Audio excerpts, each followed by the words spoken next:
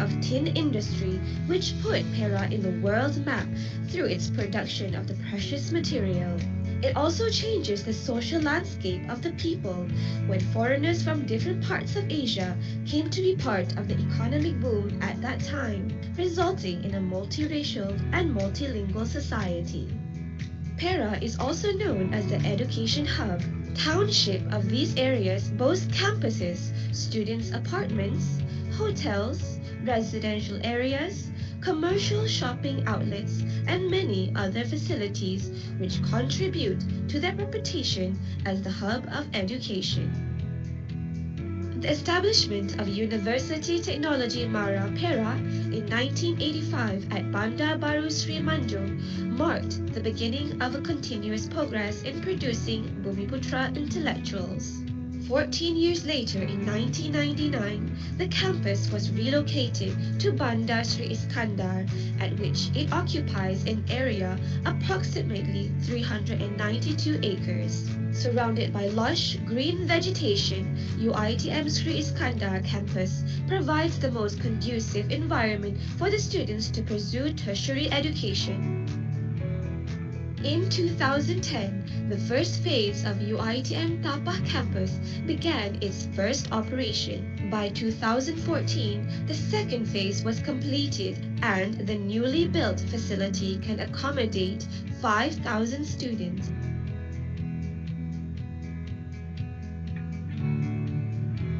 Welcome to UiTM Perak. Here in UiTM Perak, we aim to provide right staff and teachers across the world. We do this for the reasons that we want to help to foster the intense interdisciplinary approach that inspire much of the outstanding achievement of UiTM Perak. And this in turn has made UiTM Perak a leader in so many fields, with some of the most experienced names in the industry. As our teaching staff, our students are exposed to the actual usage of industrial-based studios and firms. These facilities are run by the faculty's own teams of educators. On that account, come and join us and be part of the most privileged higher learning environment, one that you will always cherish. In UiTM Perak, we offer a range of courses from pre-diploma, diploma, degree, masters and PhD. UiTM Sri Iskandar Perak campus has two major faculties known as the Faculty of Architecture, Planning and Surveying and the Faculty of Art and Design.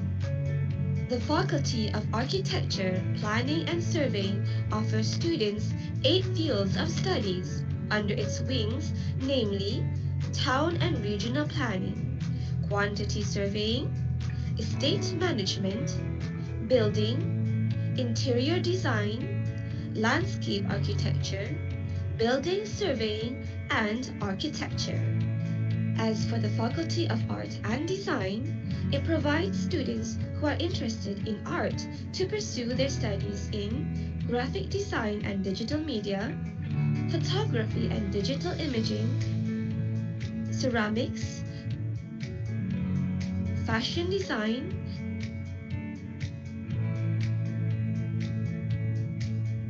and fine arts. UiTM Perak Tapah campus provides students with 3 different fields of studies for their tertiary education. Faculty of Computer and Mathematical Sciences houses 3 major programs known as Computer Science, Statistics, and Quantitative Methods. In the Faculty of Accountancy, students who want to study accountancy can choose to graduate in the Diploma of Accountancy or Diploma in Accountancy of Information System. Established in May 2014, the Faculty of Applied Sciences provides studies in the fields of physics, biology, and chemistry, as students will graduate with a Diploma in Science. A university serves many purposes, but as cliché as it may be, one of the main purposes of a university is to prepare individuals for productive contributions to the economic growth of a nation to ensure the nation's success in the eyes of the world.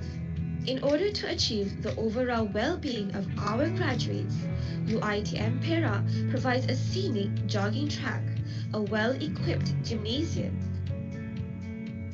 green and spacious fields for various sports and recreational activities, a badminton and futsal court, a center for the non-resident students, an Islamic center, a book garden, and a state-of-the-art library which contains a large collection of the most up-to-date resources.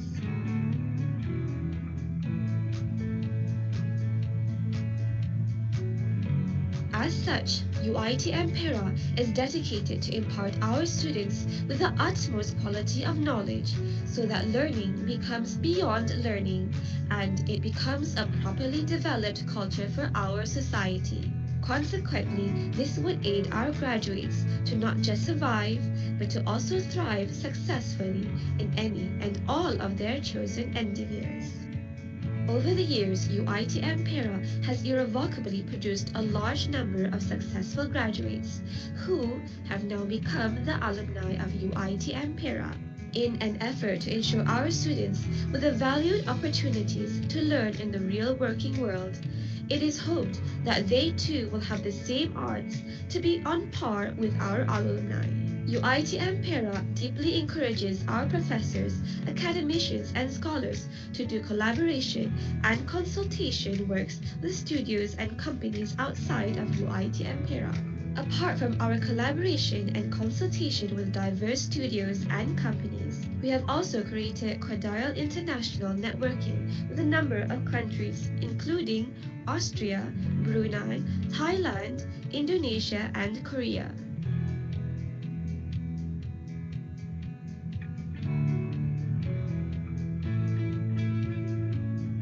Ya, Alhamdulillah. Terima kasih banyak kepada UiTM Sri Skandar Perak. Saya nak ucap terima kasih kepada UiTM. Ribuan terima kasih kepada pihak UiTM. Terima kasih UiTM, terima kasih pensyarah, terima kasih bapa saya dan hatiku. Thank you so much UiTM. Pusat Takwa Mulia. Yeah. Pusat Takwa Mulia UiTM di hatiku. Yeah.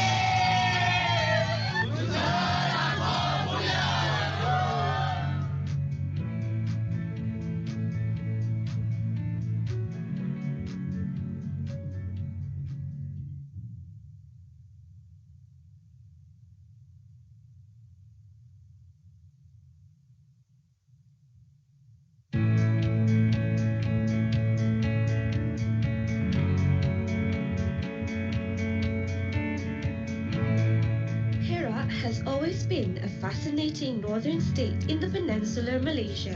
It is generally known as the hub of tin mining from its humble beginning in Larut to the peak of tin industry, which put Perak in the world map through its production of the precious material. It also changes the social landscape of the people when foreigners from different parts of Asia came to be part of the economic boom at that time, resulting in a multiracial and multilingual society. Perak is also known as the education hub. Township of these areas boasts campuses, students' apartments, hotels, residential areas, commercial shopping outlets, and many other facilities which contribute to their reputation as the hub of education. The establishment of University Technologi Mara Perak in 1985 at Bandar Baru Sri Manjung marked the beginning of a continuous progress in producing Bumiputra intellectuals. 14 years later, in 1999, the campus was relocated to Bandar Sri Iskandar, at which it occupies an area approximately 392 acres. Surrounded by lush green vegetation, UiTM Sri Iskandar campus provides the most conducive environment for the students to pursue tertiary education. In 2010, the first phase of UiTM Tapah campus began its first operation. By 2014, the second phase was completed and the newly built facility can accommodate 5,000 students.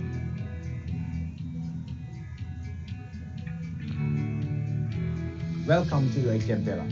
Here in UiTM Perak, we aim to provide the right facilities to attract and retain the best staff and researchers across the world.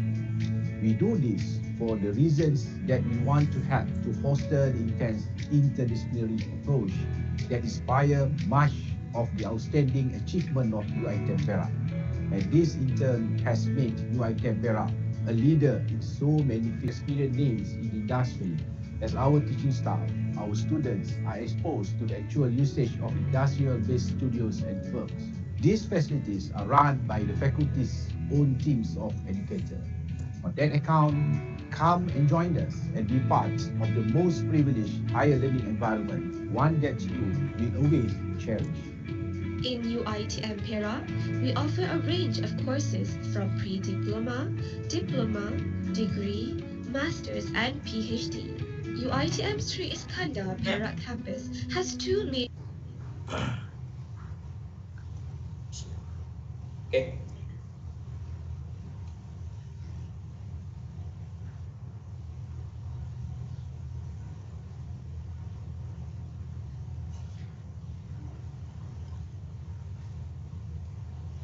Bismillahirrahmanirrahim. Assalamualaikum warahmatullahi taala wabarakatuh. Greetings and salam ITM Hadi. Welcome to Building Surveying Professional Talk live from UiTM Perak Sri Iskandar campus. This program is broadcast live ITM Perak official Facebook, YouTube, Web TV UiTM Perak and user from Microsoft TV platform.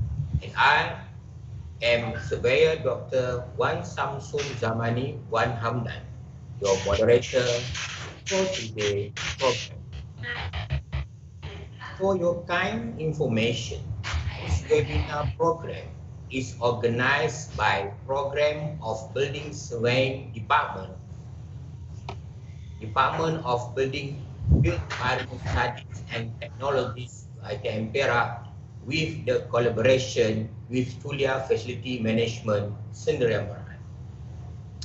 The talk with the participation from our beloved building surveying student UiTM Perak and UiTM Shah Alam Selangor mainly, and not to forget to all building surveying students from all other universities in Malaysia particularly. It has come to my knowledge that this talk also will be viewed by other participants from the government sectors, from the industry and practitioners, and also international participants. On behalf of the organization committee, we would like to express our gratitude on your participation for today's event. We really hope that this professional talk will give you a new knowledge and new paradigm in facility management perspective concerning to financial aspect and transformation toward digitization. When we talk about facility management, it seems like never-ending topic to be discussed. As we all know, globally we are facing COVID-19, thus impacting our daily life, business operation, including facilities management industry.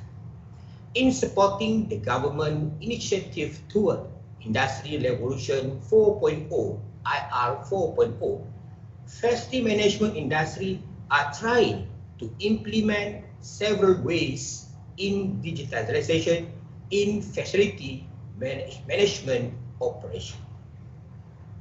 As we know, facility management constitutes a branch jointly representing real estate market with property management and asset management.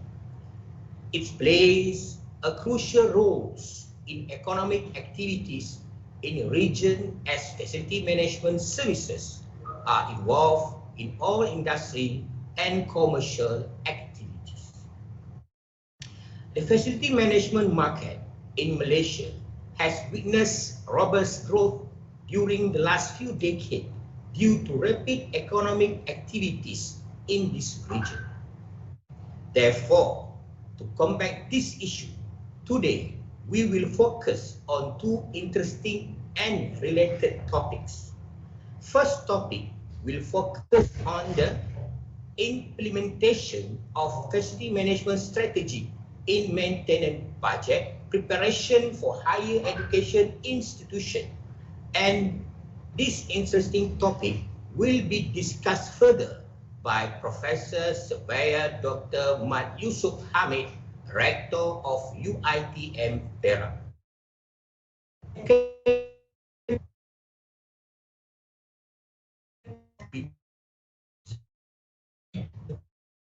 Tuan Abdul Jalil, General Manager of Chulia Teknologi Sdn Bhd, with topic Digital Transformation on Facility Management in Malaysia Building, focus the challenge on sustainable financial management during pandemic.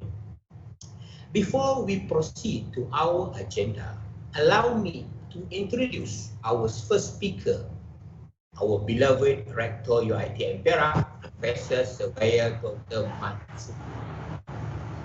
Professor Surveyor Mat Yusuf Hamid is an expert for the subject of facility management strategy, higher education institution for almost 10 years.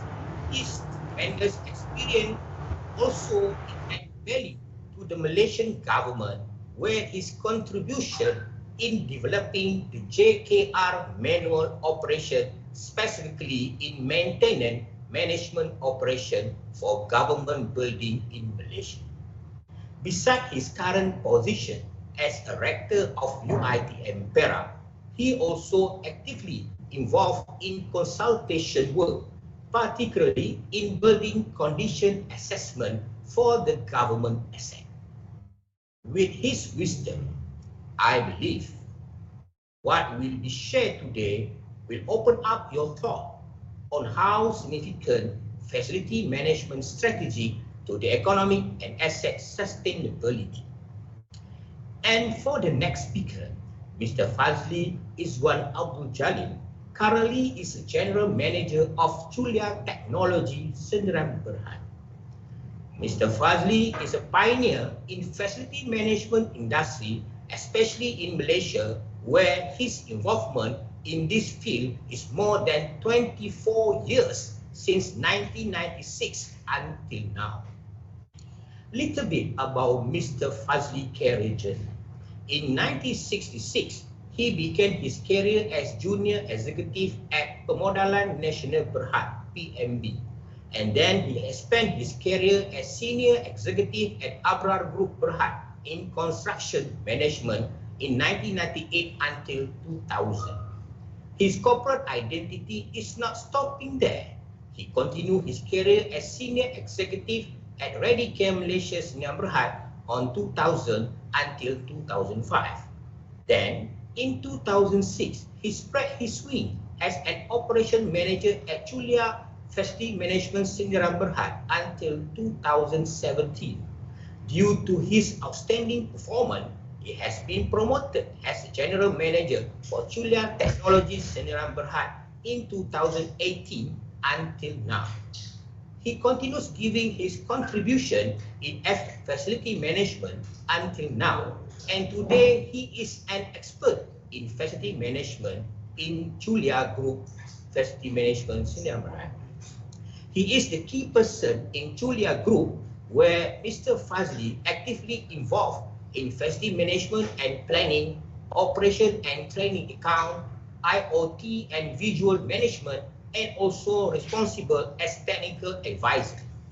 He also responsible in ensuring the group readiness in the era Industrial Revolution 4.0. Besides that, he is a member of Malaysia Board of Technology, MBOD, and International Associate of Certified Indoor Air Consultant. Due to his wide experience in corporate sector, in July 2020, UiTM Perak has appointed Mr. Fazli as industry advisor for curriculum at building surveying program in UiTM Perak. With his intensive knowledge, I believe our respective viewer will gain some takeaway at the end of Mr. Fazli's sharing session. Before we begin our session, allow me remind to the viewer that this webinar is divided into two sessions, which is first, presentation from our first speaker, Professor Surveyor Dr. Mat Yusuf Hamid, and followed by the second speaker by Mr. Fazli Izwan Abdul Jalil from Julia Group Sdn Bhd.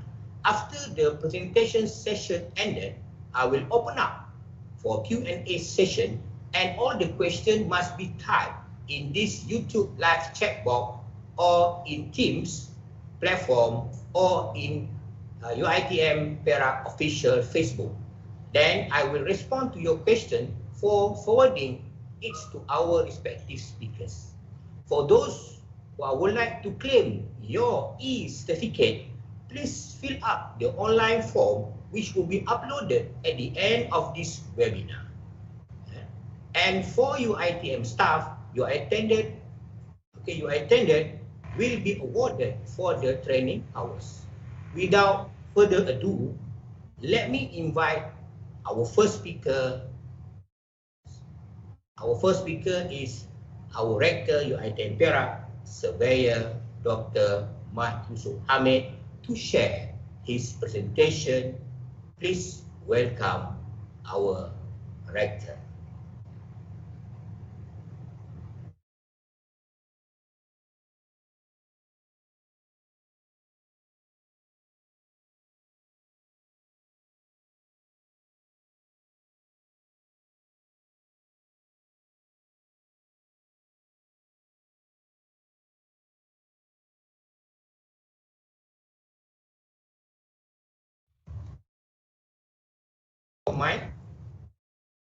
The mic.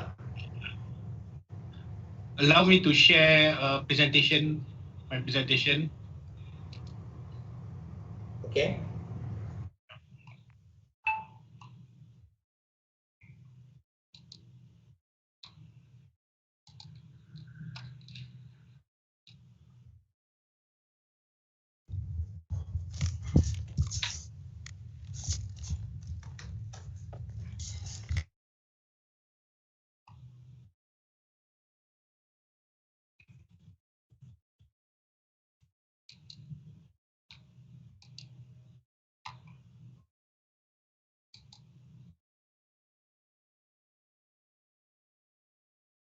Okay, Dr. Wan, is it clear?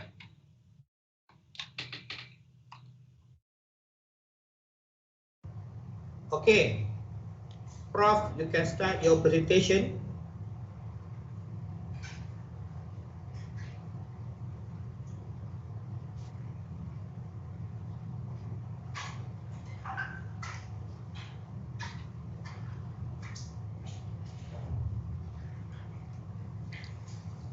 Right, Bismillahirrahmanirrahim. Assalamualaikum warahmatullahi wabarakatuh, and very good afternoon. Our moderator for today's session, Dr. Wan Samsul Zamani Wan Hamdan, all participants that involved in our session today, we welcome you for this session. First of all, I would like to thanks to the organizing committee for inviting me to give or to share my thought about this session regarding on the implementation or the implication of strategic facilities management in maintenance budget preparation for higher education institution post-COVID-19 or during COVID-19, but it is actually not focusing more towards to COVID-19, but I'm just trying to share with all the participants in terms of what have been done for private funding initiative or BI5 project for UiTM Perak in terms of preparing or in terms of focusing on the maintenance budget. So that will be on my takeaway for today's presentation. And then I hope that our friend Mr. Fazli will share with all of us regarding in terms of digitization of facilities management, and then some case studies that are being implemented by Julia Facilities Management Sdn Bhd. So on my point of view, I will focus in terms of what happened in preparing maintenance budget for higher education institution, but this kind of strategy has been implemented earlier in 10 years ago when we prepare for this maintenance budget, and then what are the implications for facilities management in higher education institution. Okay, in terms of my content of my presentation, I will always start my presentation with basic facilities management definition, and then in terms of relation with strategic facilities management, and then I will share with all of participants today in terms of impact from COVID-19. Actually, this slide has been presented last 2 weeks in Royal Institute of Surveyor Malaysia Congress. So therefore, I will look on the future facilities management, and then what is the impact, and then what are the futures for facilities management that due from this COVID-19 pandemic. And then I will touch a little bit on what are the current issues and challenges that are faced by facilities management company or facilities management provider in this context. And then how FM should respond into this situation. And then I will continue with a little, what we call a very basic in terms of preparing a maintenance budget, a few school of thought, a few of methods that are being used in terms of preparing maintenance budget. And then I will look into our case study in terms of private funding initiative campus. Then disclaimer for this presentation, the data or the figure that are being presented today is not a real data, a real figure, because of it is due to the private and confidential of this particular project. Yeah? So I will look in terms of maintenance reserve fund. It is one of the elements that are being used for this maintenance management of this PFI campus. And then I will conclude my presentation with the importance of having a strategic facilities management that relate to preparing a maintenance budget in the context of higher education institution.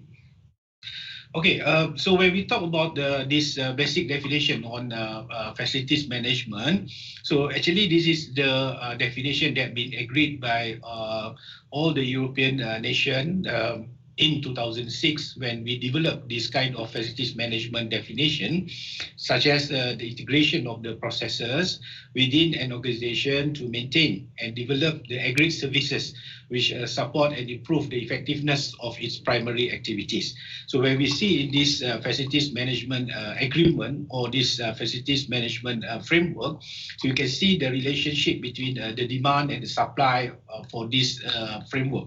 So when we are at this organization, organization can be at any kind of organization such as universities, others organization, etc. So it consists of client, customers, and users.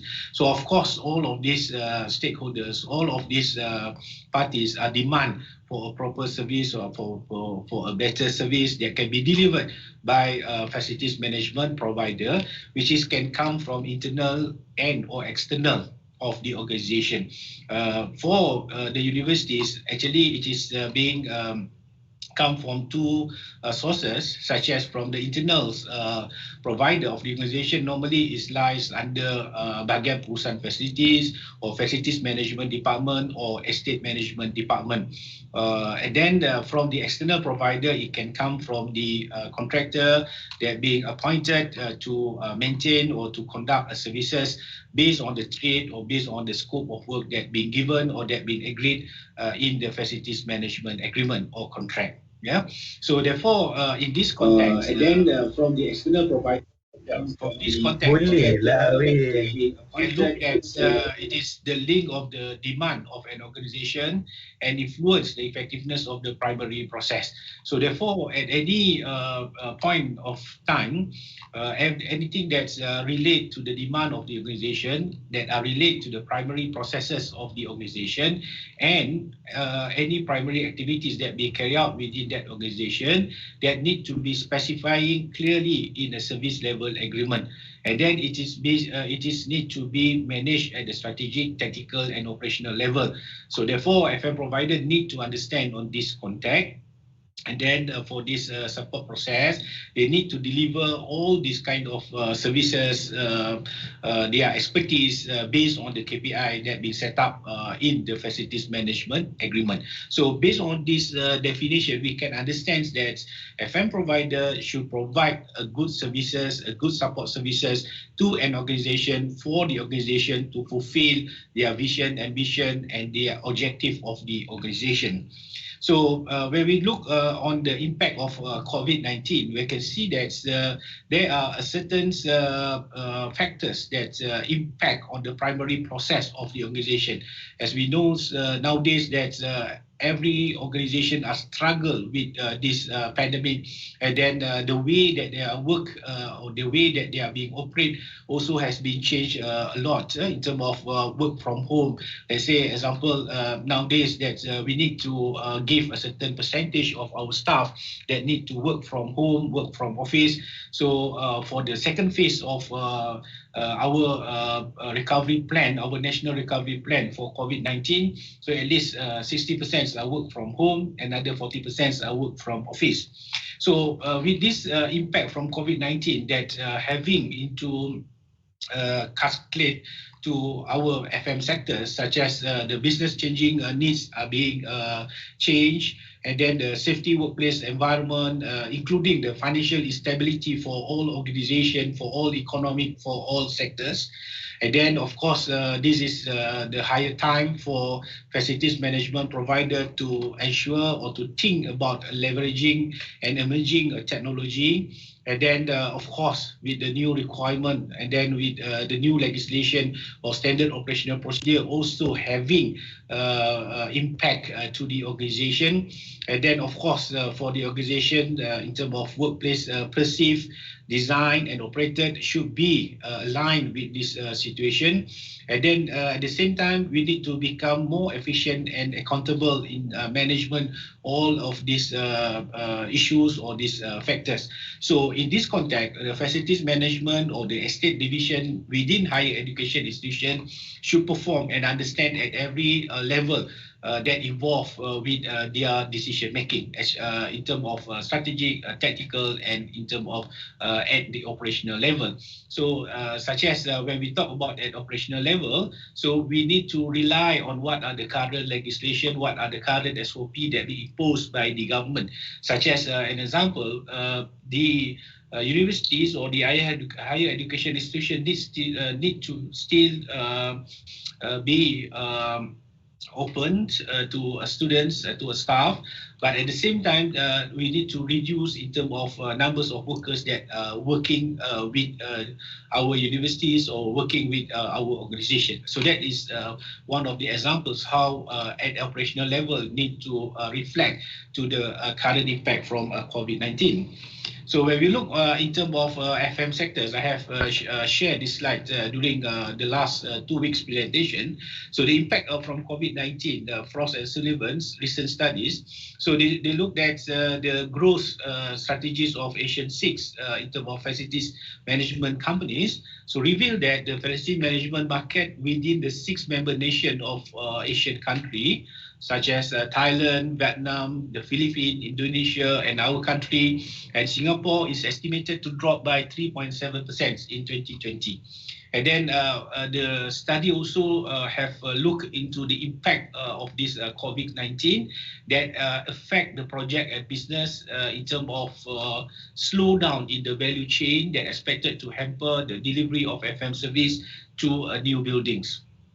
Then, of course, there is a certain positive impact for FM providers, such as in terms of FM service, such as sanitation will become even more essential after COVID-19 as the market recover to reach a pre-pandemic level by 2023 and grow steadily thereafter. That will be on the forecast for these activities.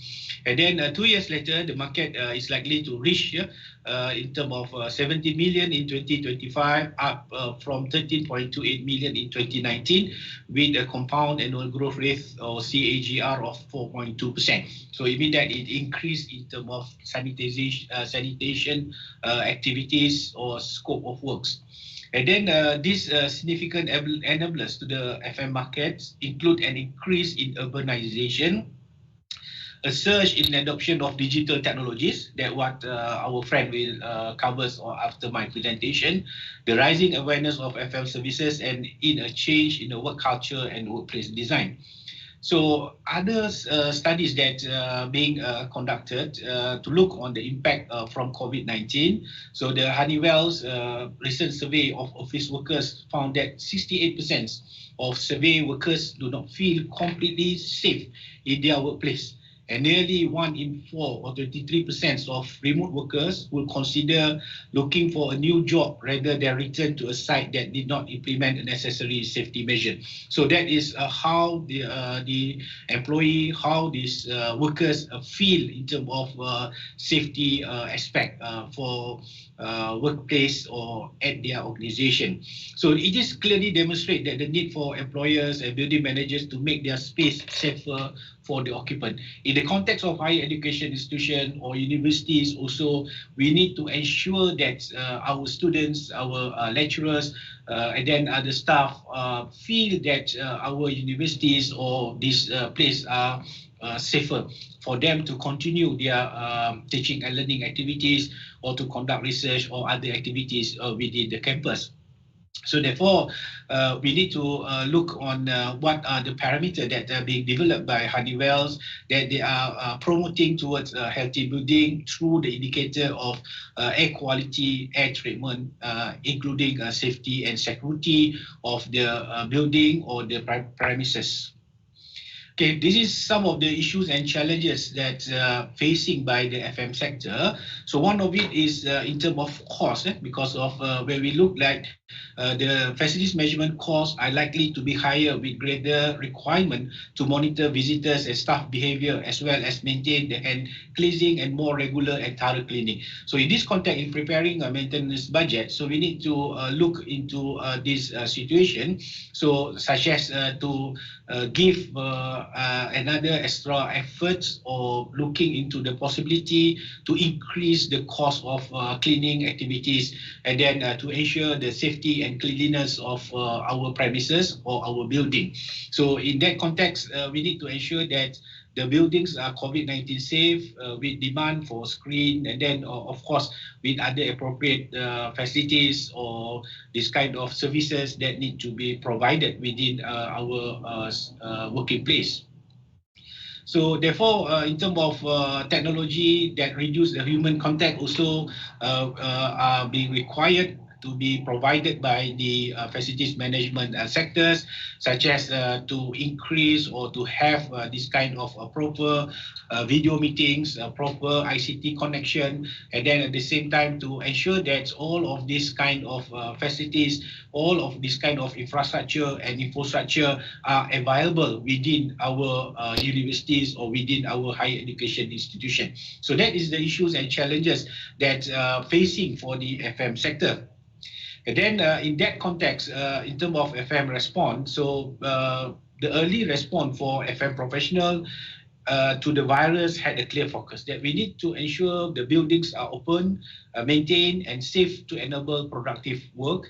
And then there is things that we need to answer or we need to think about, such as how well do our current facilities support the business needs, how we will be working in the future, and then what needs to change in facilities to meet the coming changes in how we need to work for the business to be successful. And then what will the impact from the COVID-19, such as we need to introduce new technologies, or we need to increase our mobile working, mobile works within or outside our facilities. And then of course, we need to think about to provide a sustainable facilities management in terms of operation and maintenance of building. So in terms of strategic FM providers need to think of a few important points here, such as when we talk about driven by an increased focus to user experience. So it's more towards to the user experience. Are they happy with our services? Are they happy with our facilities? And then with that kind of situation, it can be give a more productivity and then more productive or efficient in terms of business outcome. And then the role of FM providers is becoming more strategic and in terms of long term. So as I mentioned earlier, during my first slides, that in terms of content of this presentation, so we look in terms of preparing maintenance budget in terms of more strategic and long term. So it means that that's why one of the mechanisms that being used by Malaysian government is to having this kind of maintenance reserve fund or sinking fund that will be discussed later on my presentation. Because of this is looking into this point that when we have this kind of maintenance reserve fund or we have this kind of sinking fund in a PI5 project, it can show that it can contribute towards to more strategic and long term in terms of their objective, in terms of their value for money, and then in terms of their purpose of having that kind of initiative. And then number two, with employee engagement and experience gaining importance, so FM providers are working in partnership with customers to help them achieve their company corporate goals, such as what have been done by a few FM consultant or FM company, that they are working with this kind of ICT company to develop, to having this kind of connectivity, and then of course to digitize this kind of facilities management activities, and then in terms of process. Okay, so therefore it is high time for facilities management provider or company to work together with this kind of corporate companies that can give this kind of advantage in terms of their operational activities. And then, of course, smart buildings as a means of enhancing the customer's experience for employees should be strengthened, and then at the same time should be at the main focus of the facilities manager. And then, of course, the technology and changing attitude drive and increase sophistication in FM is the people who are playing a much more important roles in our organization. So it means that what we are trying to say here, that technology and the changing attitude of our employees, our workers, our end users, it is important for FM to success in providing good services to the organization. So before we start in terms of maintenance budget, in terms of preparing a maintenance budget or considering what are the things that need to be considered in preparing a maintenance budget. So this is some of the maintenance criteria that need to be considered during or preparing a maintenance budget. So one of it, of course, we look in terms of the cost effectiveness. So many of the scholars, many of the facilities management practitioner or facilities manager are looking not only the cost effectiveness, they are focusing nowadays in terms of value for money. So even in a government project in terms of this kind of private-public partnership program, PPP, or this kind of private funding initiative or PFI project. So the main criteria for this project to kick off or to be a success, they are looking in terms of what are the value for money can be gained by our government or by the authority or by the organization.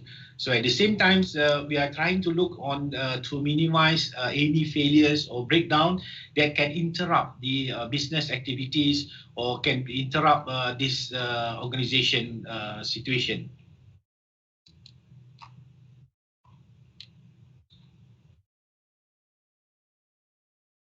Dr. Wan, any problem? Is there any problem, Dr. Wan? Dr. Wan? Yes, Prof. Slide nampak pula? Okay, it's okay.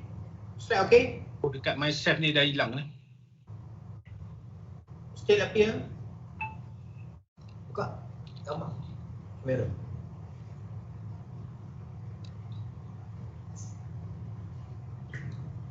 Slide yang saya share nampak? Yes. Can be seen. Nampak, Prof. Nampak. Nampak. Nampak, Prof. Nampak. Nampak, sir. Okay. It is on maintaining criteria. In terms of other criteria that we need to consider before we set up our maintenance budget, in terms of minimize waste, in terms of compliant with legislation. So that is important aspect when we preparing our maintenance budget, because of when we not comply with this legislation, we will having a problem because of some of the compliance, such as from fire safety regulation or from in Malaysia context, this is from bomber requirement, etc. So therefore, a part of these activities that comply with this legislation need to be in our maintenance criteria that need to be considered in preparing our maintenance budget.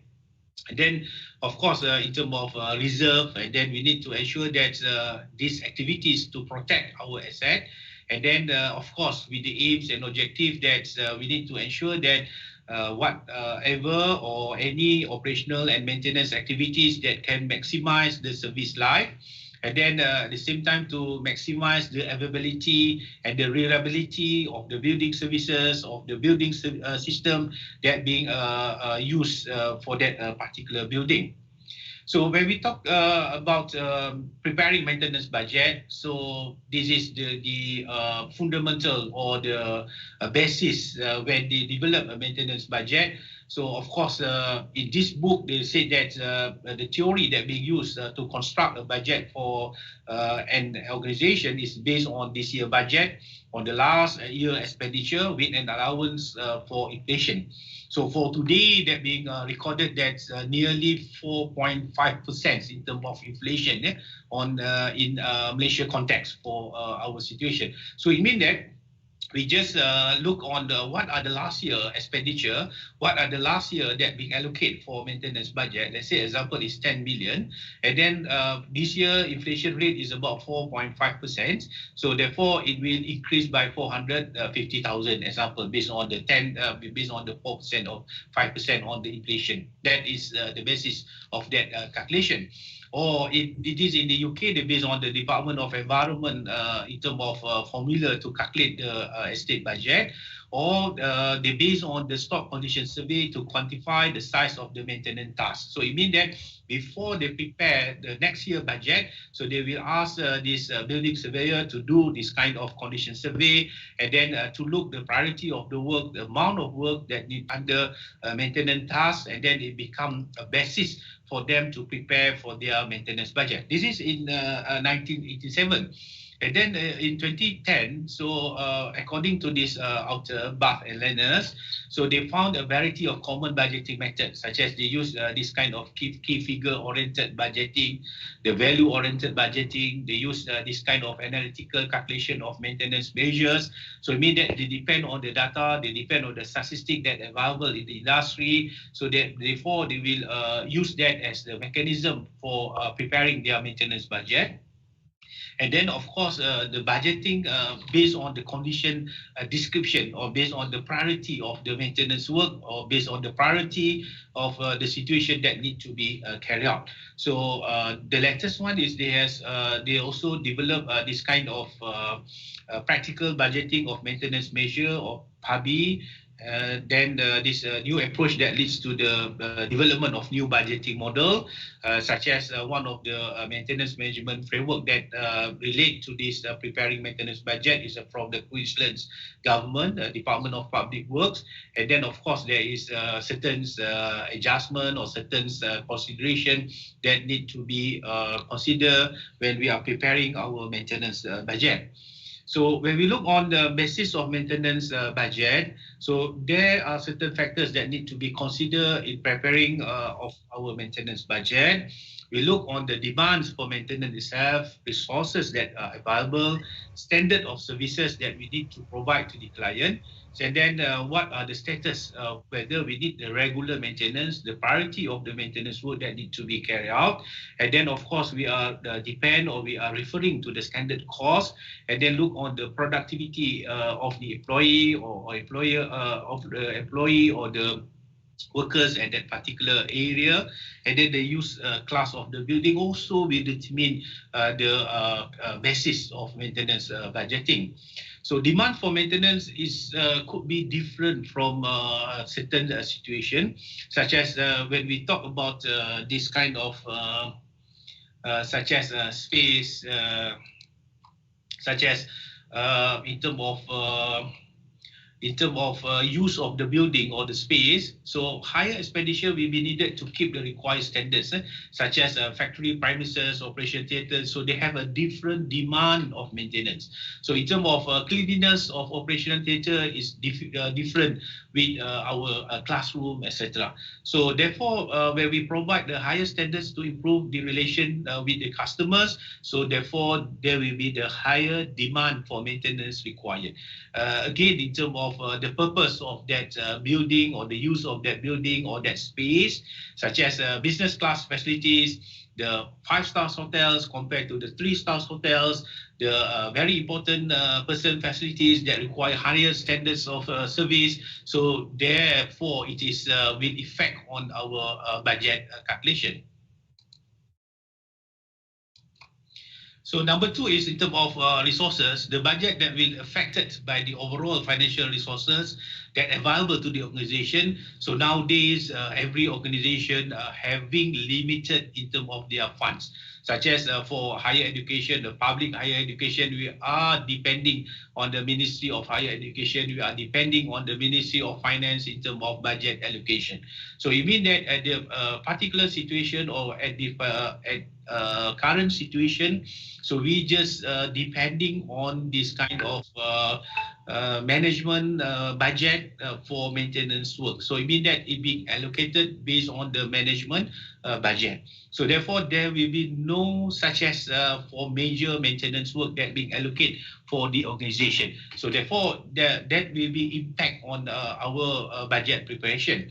So maintenance manager need to be responsible in calculate the level of expenditure.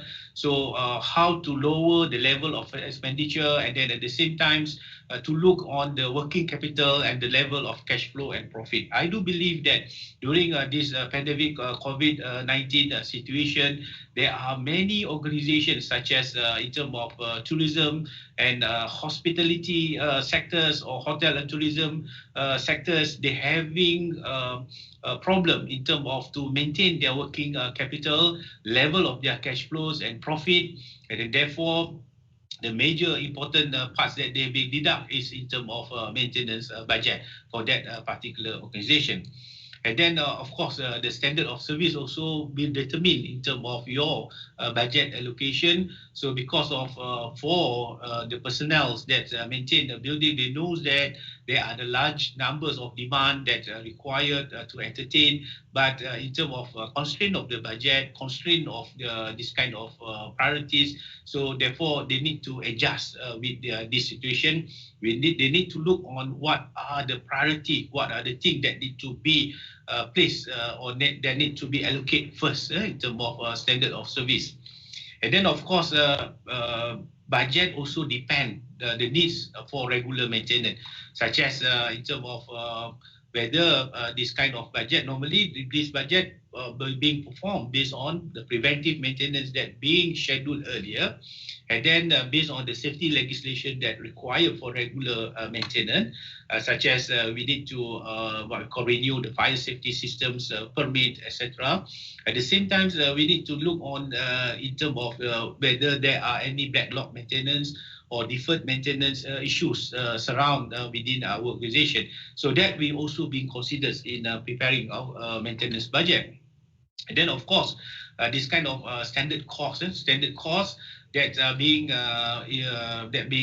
things that need to be considered, because of it will affect in terms of how much that you estimate cost for that additional works that may be required from time to time based on this kind of repetitive cost, the budget that being we allocate for the previous 3 years or 4 years time, whether it is viable or whether it is enough for this particular years to use this context or to use this amount of money.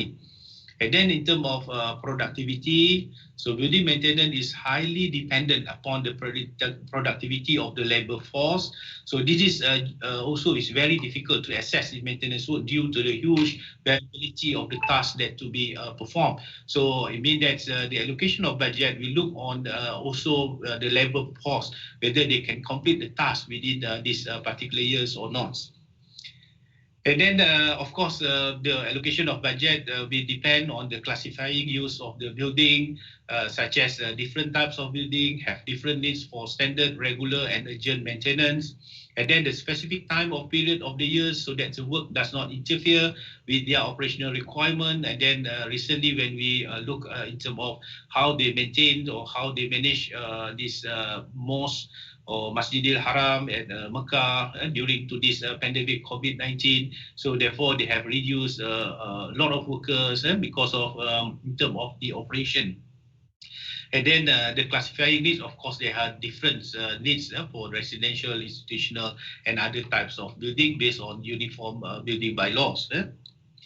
Okay, when we talk about maintenance budget, one of the component, of course, it is about maintenance costs. So certain books or certain authors classify that maintenance costs to be consist of direct and indirect maintenance costs, such as direct costs that are referred to the costs that incurred in both preventive, corrective, or emergency maintenance. That cost is directly incurred in maintaining the facilities. So it means that whatever that you spend for your particular maintenance activities, operation and maintenance, it will be considered under direct costs. So, however, when we look on this statement, the rising maintenance standards, they imply the rising direct cost of maintenance, while indirect costs fall with good maintenance. So it means that when we're having a good maintenance standards, so it means that we want to achieve an acceptable level for that particular standard. So we need to increase the portion, the amount of money that we allocate for that particular scope of work. So therefore, that's why they stated that it will increase the direct cost of maintenance. So when we reduce the maintenance standards, so it means that the indirect cost will be increased because of the situation of where we not putting amount of money or enough allocation for these maintenance activities. It will impact on our performance. It will impact on the building performance, the services, the system that's surround with that particular building. So therefore, we will increase the indirect cost. Increase the indirect cost means that the client are not happy with this kind of services. The client are not happy with this kind of facilities that you provided to them. So therefore, they will rated that in terms of performance, you're having a poor performance in terms of facilities that being provided to you. So therefore, the indirect cost is arise from inadequate repairs or servicing, such as loss of income when the commercial building is poorly maintained. So we can see this one is a lot because of we can see surrounding us because of in general, I don't want to mention certain some of the facilities or premises that are poorly maintained that affect in terms of their business. Because of we can see clearly that if the organization are putting these operational and maintenance activities at the lower level, and then it is poorly maintained, so it will of course will make the customers not happy with that situation, and then will affect on the business performance. So the indirect costs usually increase with the frequent breakdown arising from inadequate maintenance procedure. So therefore, both direct and indirect costs of repair or servicing are considered to determine the standard of maintenance. So when we're having a good portion allocation of budget for our direct costs that covers all the maintenance activities that will increase on our level of maintenance. So at the same time, we will reduce the indirect costs that affect from the increment of the direct maintenance costs. Okay, other type of costs that being stated is such as committed costs. This is fixed by contract, such as outsourcing, services, security, landscape, etc. And then the variable costs that are the things that not being fixed by the contract that relate to the priority, output or activity, and then based on the management discretion. And then performance of managed costs that relates to unplanned works that carry out entirely at the maintenance manager discretion. So this is some of the types of the costs that need to be considered when we're preparing our maintenance budget. Okay, this is some of the examples. As I mentioned earlier, this is not the real figures, just to show or to share an examples. Some of the committed costs for outsourcing maintenance works. So there it will be appointed maintenance contractor with their scope of work, and then with the contract amounts. And then again, the maintenance budget will depend on the plan or program works that being scheduled earlier. Then in terms of recurrence or that activities of maintenance activities that being recurrent works that be happen in within the organization. And then of course in terms of emergency, due to timing that can be expensive, budget that typically only expected to allow repair. So therefore we need to put a certain portion for emergency budget. So this is some of the components of maintenance budget, such as building maintenance, management costs or consultancy costs. So these costs that incurred by a consultant and contractor in managing maintenance, such as general maintenance management costs, administration costs, cost of manpower, training of the maintenance personnel, contract management costs, and other than that. Number two, that we need to consider under our maintenance budget is the statutory maintenance costs that associated with adding maintenance to meet the mandatory requirement of various regulations, such as example, fire protection system, the cost that we allocate to renew our extinguisher permit. And then, of course, this is the cost component that based on the maintenance activities, such as planned and preventive maintenance costs. So this cost is associated with the periodic servicing of plant and equipment and preventive repair. So such as cost for servicing electrical lift, cost for our heating, ventilation and air conditioning systems, preventive maintenance, and then other than that are related under this category. And then of course in terms of unplanned maintenance costs, so we need to ensure that cost for emergency repairs or broken pipes or material, etc., that's being allocated for these unplanned maintenance activities. Condition survey cost, this is one of the costs that if you want to formulate or you want to allocate any maintenance budget, so therefore you conduct this kind of condition survey before at the end of the year to forecast for the next year maintenance budget.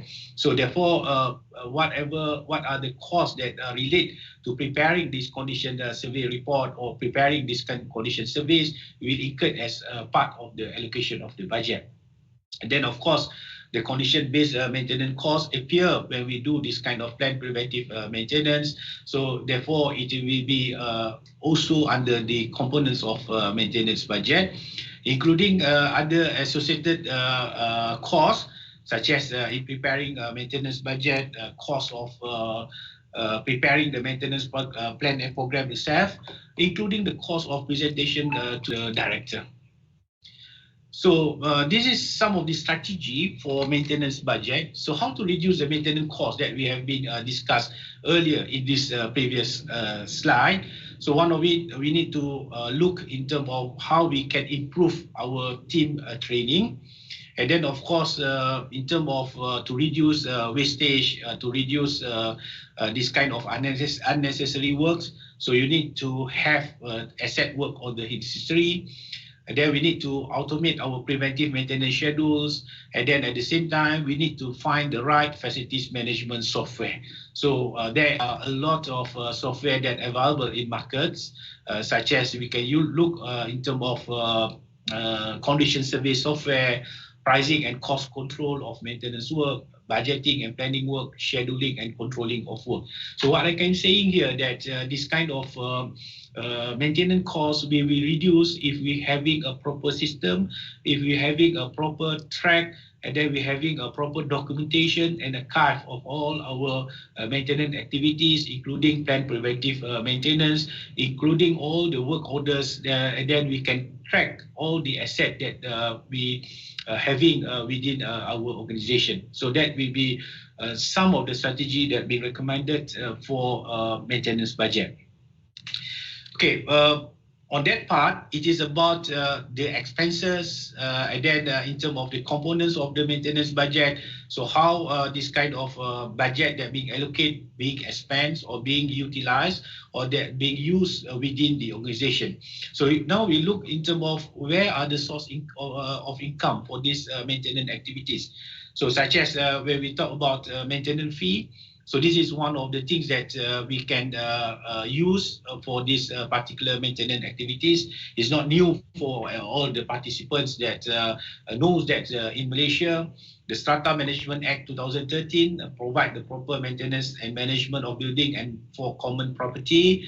So under this act, owners of the strata development, such as the condominiums, office, apartment, service apartment, flats, etc., are required to pay a monthly maintenance fee or service charge to the Joint Management Body, JMB, or Management Corporation, or MC, for the upkeep of the common facilities.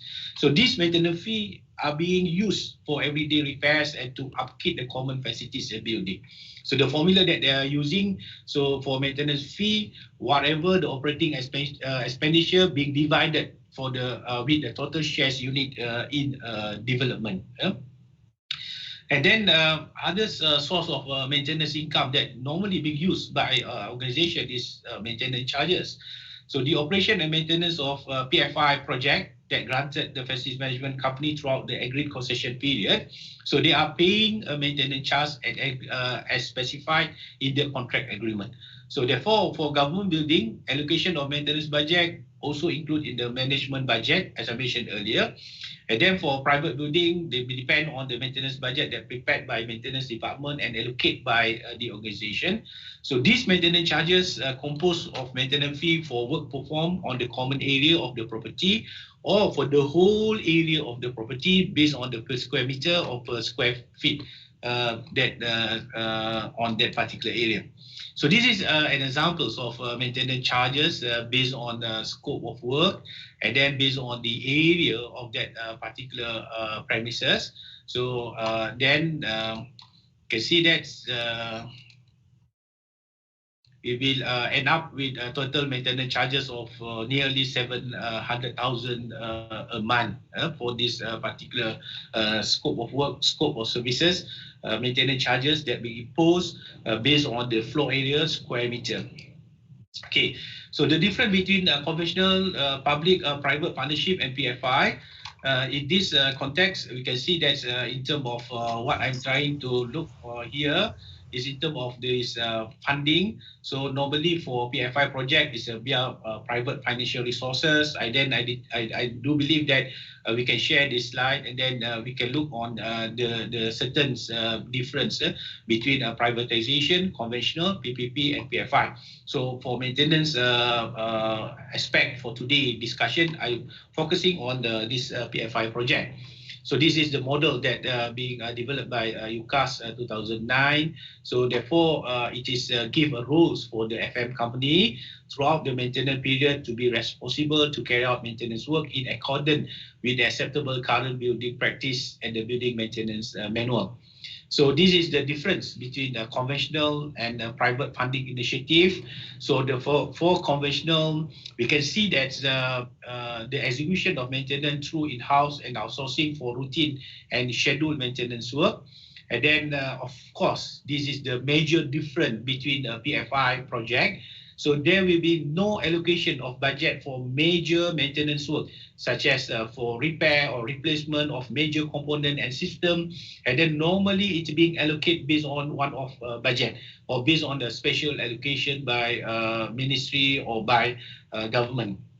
And then, of course, when we talk about conventional, we can imagine that at a higher education institution, so they have a high obsolescence rate and unsatisfied condition due to this kind of resources, financial resources in terms of major maintenance works or major maintenance works is not being allocated. So that's the difference.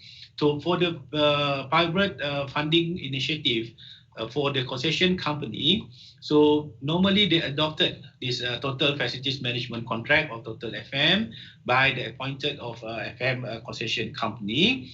So under this agreement, so they allocate for maintenance reserve fund for major maintenance work that will be replaced in terms of the components, upgrading, refreshment, or any such as building that be listed in the building maintenance manual and life cycle schedule. So that's the difference between the PFI and conventional. So from a facilities management perspective, we are looking at this PFI project, even though it is in terms of higher initial cost, so because of the government need to allocate every month a certain portion amount of money to put into this maintenance reserve fund, but at the end of the day, it will help in terms of to ensure that this major maintenance work, replacement of component or upgrading of the systems of the services that we provided within the organization can be carried out. And then, of course, when this thing happens to this PFI project, so this building performance in a good condition and up to the acceptable standard. And then at the same time, for the conventional, the monitoring is not based on the KPI. The monitoring is based on whether the amount of money that being allocated through the management budget being carried out or not based on the document contract that been signed within the organization and the contractor. But in terms of concession company, so we monitor the performance of this FM company through this KPI, demerit, and then of course based on their performance that's being allocated earlier in this concession agreement. Okay, this under sinking fund, for the other sectors, they are using a sinking fund, which is the rate of 10% from the amount of the maintenance charges. What I'm trying to share with all of us today in terms of maintenance reserve fund that being used for this project. Yeah?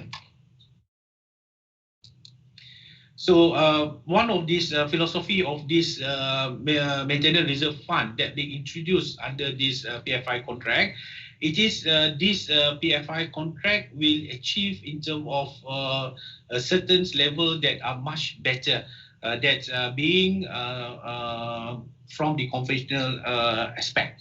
So it means that this MRF, we expected that become a best practice to achieve that aims or objective. So it means that these buildings or this project that be managed by FM contractor should be much better compared to the building that are being managed using this conventional method. So at the end of the day, so let's say for Tapah campus, for example, after 20 years of concessionaire agreement, so this building will be handing over to the UiTM or will be handing over to the government as in a new condition, free from any defects or failure or this kind of malfunction.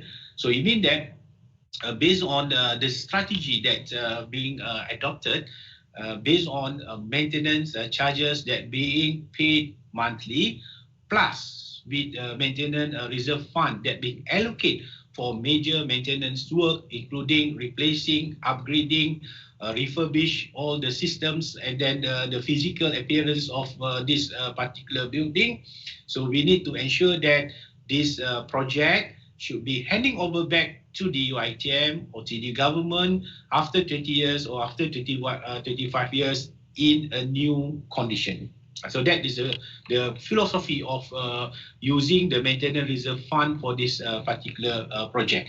So as mentioned earlier, so the amount of money is being allocated in asset management service charges for replacement work that lists in life cycle costing schedule or asset replacement program. What I'm trying to say here, for the phase one of this PFI project, they are using the life cycle costing schedule. For the phase two of this PFI project, they are using the asset replacement program. So there will be a difference. So it means that whatever that being listed earlier in this life cycle costing, we consider or being in the list that will be conducted, or the list that maintenance consultant or facilities management provider to use this kind of reserve fund. Yeah. So what are the basis of their calculation? They based on the life cycle costing schedule as being stated in the concessionaire agreement. Number two, they look on the situation of whether that kind of components or that kind of facilities are achieved beyond economic repair more than 70%. So it means that it is not worth to repair for that particular components or equipment or system. And then of course, based on obsolescence or as required under a law of statutory, or based on this kind of manufacturer recommendation. And then, of course, when there are unscheduled failure occur for this particular situation. So based on these four terms and condition, so the FM provider or FM company can use this maintenance reserve fund. So the example of maintenance reserve fund usage that being used for the 5 years of this particular project. So this is not the exact figure, but we gain the benefit for the first one is of external building for the whole campus after 5 years being operated for this campus. So we allocate this amount of money using this maintenance reserve funds portion to repaint the external building. So it means that we can see that the appearance of the building looks like new after 5 years. Yeah. And then other than works that being listed in the life cycle costings schedule, such as to replace the air conditioning system unit that being allocated for 500,000, repainting of road marking, upgrading the ICT systems. So it's about 1 million because of due to after 5 years, the manufacturer recommend that this ICT system need to be upgraded, changed to the new system that will be benefit for the information and communication technology for this campus. And then, of course, replacing a battery, upgrading CCTV system. So it is a huge amount of money that need to be allocated for this particular major maintenance work, upgrading, and then this kind of servicings of these activities. So therefore, this is one of the strategy that we have. We use this kind of maintenance reserve fund. So this maintenance reserve fund is being thinking of 10 years ago. So it means that when we signed an agreement with this concession company, the government has thought that that we need to allocate certain amount of money for major maintenance work with the philosophy of having this building being handing over back to the government within a new condition. So that is a part of the strategy and part of the budgeting strategy. So it means that the monthly maintenance charges that being imposed to the government are still being using for for this kind of planned preventive maintenance, for unplanned maintenance, for other services, etc. But this is part of the other things that's being imposed. So I think it is not new because of for apartments or for strata title building, also they are using the concept of sinking fund to provide amount of money for major maintenance works because of that may be required. But in this context is different because of the facilities management provider, the facilities management company need to ensure by the end of 20 years of this concessionaire period, so they need to ensure that the building is look like as new. I think with that, Dr. Wan, I conclude that this kind of implementing economical and sustainable FM budget is very important for all organizations. And then we need to ensure that whatever that we spend, whatever that we invest, that we have a value in terms of return of investment. And then the challenging part, I think our friend Mr. Fazli will look on this kind of thing nowadays, demand better, faster and high quality services. And then of course, I think Mr. Fazli will show with us how FM with the innovative device and solution can leverage the real-time analytical data that will help the operational decision making. On my part, I just share with all of the participants in terms of preparing maintenance budget, and then one of the element of the maintenance budget that being used for PFI building that will help in terms of to maintain the particular building, and then to fulfill the philosophy then the objective of having the new concept of facilities management within higher education institution. Thank you very much. Okay. All right. Thank you, Professor Surveyor Dr. Muhammad Yusuf Hamid, Rector UiTM Perak, on your fruitful presentation and very meaningful to us. And I hope our viewers can take benefit and can gain some knowledge on maintenance, especially on maintenance budgeting and maintenance financial and facility management. Okay, before we further do on the next speaker, I would like to remind you again to type your question in the YouTube live chat box in Facebook Live UiTM Perak and in Microsoft Teams platform to write all your question on that particular place. Okay, after that the question will be answered after the end second speaker of the presentation, right? And before that, okay, I would like to share, make sure all the participants, okay, we have a link for your attendance will be shared in 15 minutes before the end of the on this program, right? Before we continue on second speaker, let's take some break and enjoy this corporate video from Julia Group Facility Management Sdn Bhd. Please enjoy the video.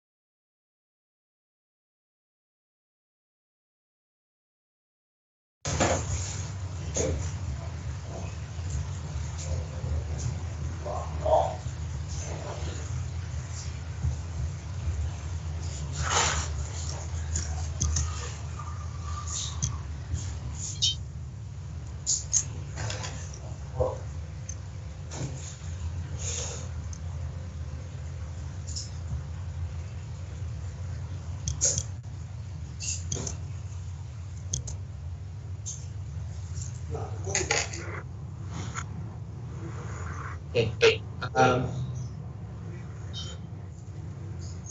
Sorry for the technical problem. Please be patient because we have some technical problem. Okay. We'll show after this.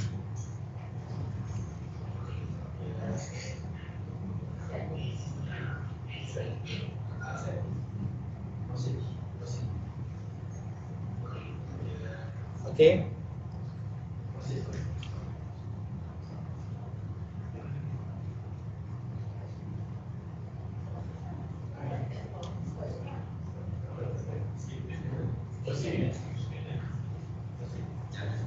Okay. Alright. Maybe after this, we will continue on the video corporate because we have a technical problem. Okay.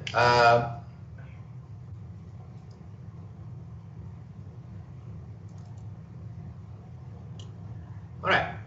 Next, I would like to invite our speakers, Mr. Fazli Izwan Jalil, General Manager of Technology Sdn Berhad, to share his presentation for this evening. Please welcome.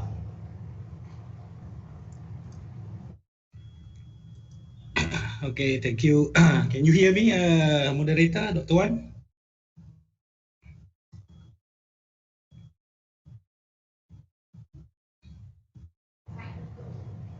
Yes, yes. Can you hear me, Mr. Fazli? Yeah, I can hear you loud and clear. Okay, can you see the screen right now? Yes, I can see, but there is no slide there. The presentation slide? Not yet. Not yet. Yes. Now I can see on the slide. All right.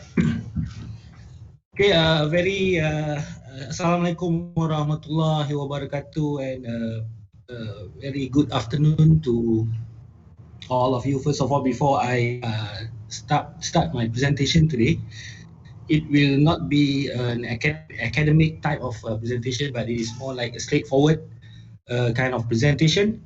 And first of all, truly I wish to thank Professor Dr. Muhammad Yusof Hamid, the Rector of UiTM Perak, and also all the rest of the management team of the UiTM Perak, and also for inviting us, for inviting me, especially to give the presentation today. And I also welcome all to understand that there are about close to 400 or 500 students from all over, not only in those in Perak, but also from the all about. Okay. So before I further, let me introduce myself first. My name is Fazli Izwan Abdul Jalil, age 47. I was from Johor Bahru. I had my high school education in the English College of Johor Bahru, or now they call it the Maktab Sultan Abu Bakar. Then I further my diploma study in ITM. Those days there's no university. It was still ITM, located in Bandar Seri Manjung, Perak. It was in between Setiawan and Lumut. Okay. I had overall about close to 24 years working experience, where most of the 22 years of working experience is in the FM industry. And my current occupation now is the general manager, taking care of the Julia Technology Sdn Berhad, which is one of the subsidiaries of the whole Julia group of companies. I started right after I do my practical. I started my career just finishing my practical in Permodalan Nasional Berhad, or PNB, and started my career there also right after my completion of ITM in 1996. The funny thing is that I took a diploma in those days. Diploma, they call it diploma in science kesetiausahaan, or diploma in secretarial science, because prior to that, I don't know, I saw the word science and I just joined. I thought it was like a science subject, but eventually it is a secretary. Okay, but I continue to study further until I finish my diploma, and later on I joined Abra Construction in 1997, which I was tasked. The first project was to build up it's a turnkey project, Hospital Ampang, located in Pandan Mewah near Ampang in Selangor. That was in 1997 until 1999. That was my first experience in my starting point in the facility management. Of course, before the year 2000, the word facility management is not that popular. Those days, we call it either maintenance or just simply building maintenance. Okay, and then In 2000, I joined Redicare. Redicare is a hospital support services taking care. That time in 2000, Redicare took care about 38 government hospitals, ranging from those hospitals in the central region, which is Selangor and KL, and also in Pahang, in Terengganu, and in Kelantan. So I will be going around all over the central region and the East Coast. A week in KL and another week in East Coast, another week in Kelantan. You know, we need to rotate because we are taking care of the facility management, and there's a lot of work to do. Then healthcare facility management is a little bit different because it involves other acts and other requirements by the Ministry of Health. And in 2005, I joined my current company, the one that I serve now, which is Julia Facilities Management Sdn Bhd. And in 2015, I was sent to Dubai, United Arab Emirates, to form the joint venture between the Julia and also the local company there. They call themselves Khalifah Juma Al Namuda Group. And we formed Al Namuda Facility Management Company, LLC, in Garhoud, Dubai. So I came back to Malaysia in 2017 due to the fact that we were starting our first innovation, which is to build up our own CMMS system, or the computerized maintenance management system, which I will cover in the following slides later. And 2017 is where we start our CMMS and also our IoT innovation and so forth. Then this is just a snapshot of Julia. Maybe some of my good friends, the lecturers there in UiTM Perak, they know about Julia, and I think most of you, the other, but don't know about Julia. And this is just a snapshot of the history, the structure, and the business activities. Dr. Wan, can you see the slide? I'm quite worried because I cannot hear anybody talking. Yes. Okay. Mr. Fazli, can you open your camera? Because sorry. The guests want to look your lovely face. My handsome face. Hang on. I rarely use Microsoft Teams. Okay. Mr. Fazli, can you hide your stop sharing? Okay. Because it's quite. Okay. Now can you share? Can you see my? Yes. I can see you. But it's your screen, your slide. Okay. Can you see the slide now? Not yet. I can see you.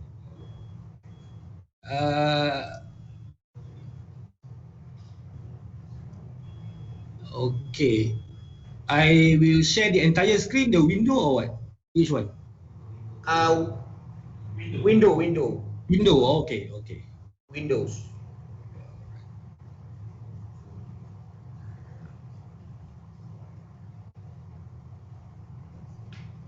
Okay. Now can you see the file? Not yet.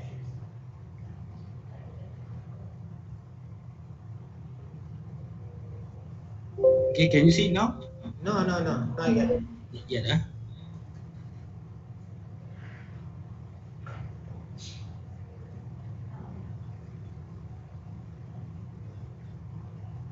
It says here I cannot open up my camera while I'm sharing the video. The slides. Oh, okay.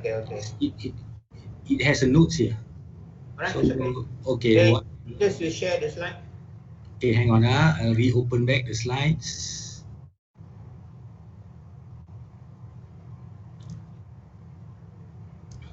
Okay, can you see it now? Yes. Okay. But you can hide the notes on the stop sharing. Okay. Is it okay now? Yes. That's good, better. All right. Okay, now I'm sharing you the snapshot of Julia. Yes. So Julia is actually have been operated in Malaysia, been in business for about 25 years now. We have approximately about 12 subsidiaries company under the Julia Group of companies. The mother group, the mother company called Julia Capital Resources Sdn Bhd, but we simply call it Julia Group of Companies. Where my company, the one that I head now, is the Julia Technology. You can see on the left-hand side of the screen under the Julia Technologies. Those are the IT and the IT system business under the Julia Group. Okay. So in Julia, this is the Julia business structure. We divided into four core or four main business or industry.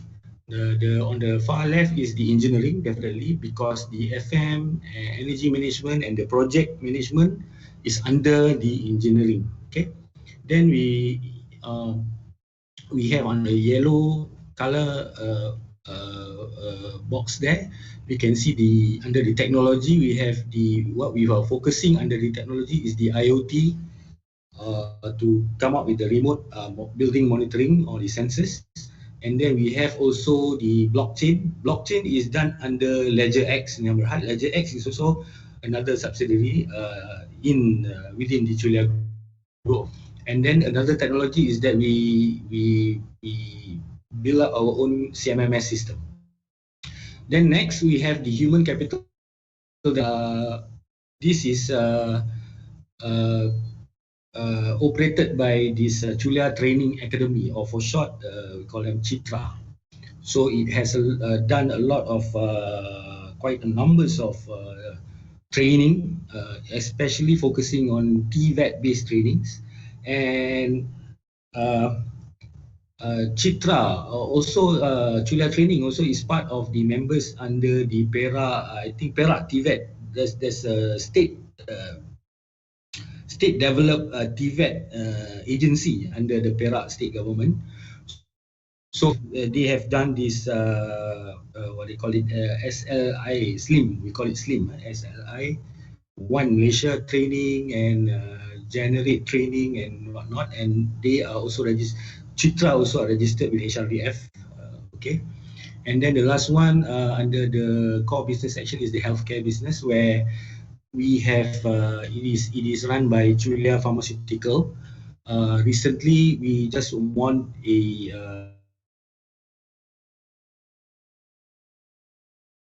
where we after negotiation with the government, there is a bidding to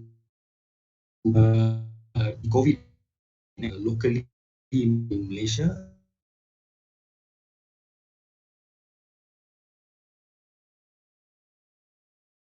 The contract we are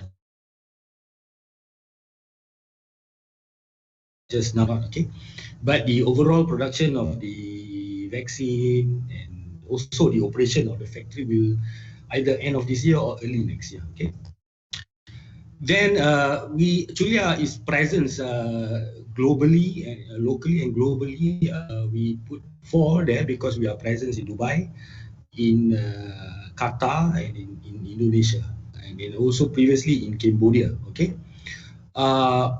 Eventually, just last night we had this signing of MOA, okay, between the Julia Facilities Management Malaysia and our Qatar joint venture partner based in Doha, which is witnessed by our YB Datuk Sri Azmin Ali, the MITI minister in the MITI last night.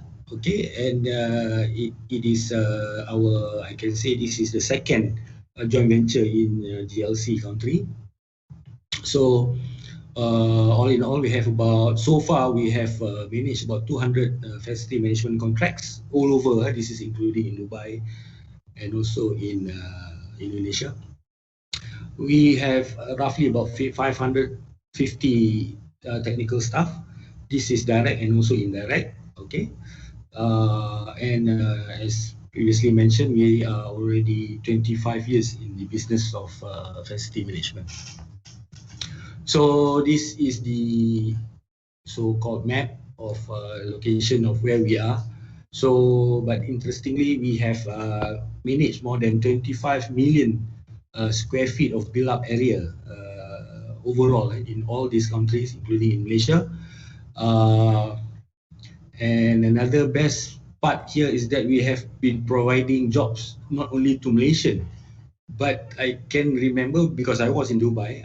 We have providing in Dubai 4 or 5 different type of nationality. We have the Egyptian have been working with Julia, the Philippines, the Indians, and the Pakistani, and also I think 1 or 2 technicians from Bangladesh. So it is quite an experience having to work with other nationalities. Definitely there are problems in terms of language, in terms of reports and writing and whatnot, but we managed to counter all this through proper training. Okay, the next segment we will be digitizing FM, which forms part of the major the discussion on my presentation this afternoon. Moving from the conventional way of doing business, to smart facilities management. People are talking smart here, smart there, smart. Everything is smart. If I'm not mistaken, I've heard the smart laundry shop. Even the FM also, we are talking about smart facilities management.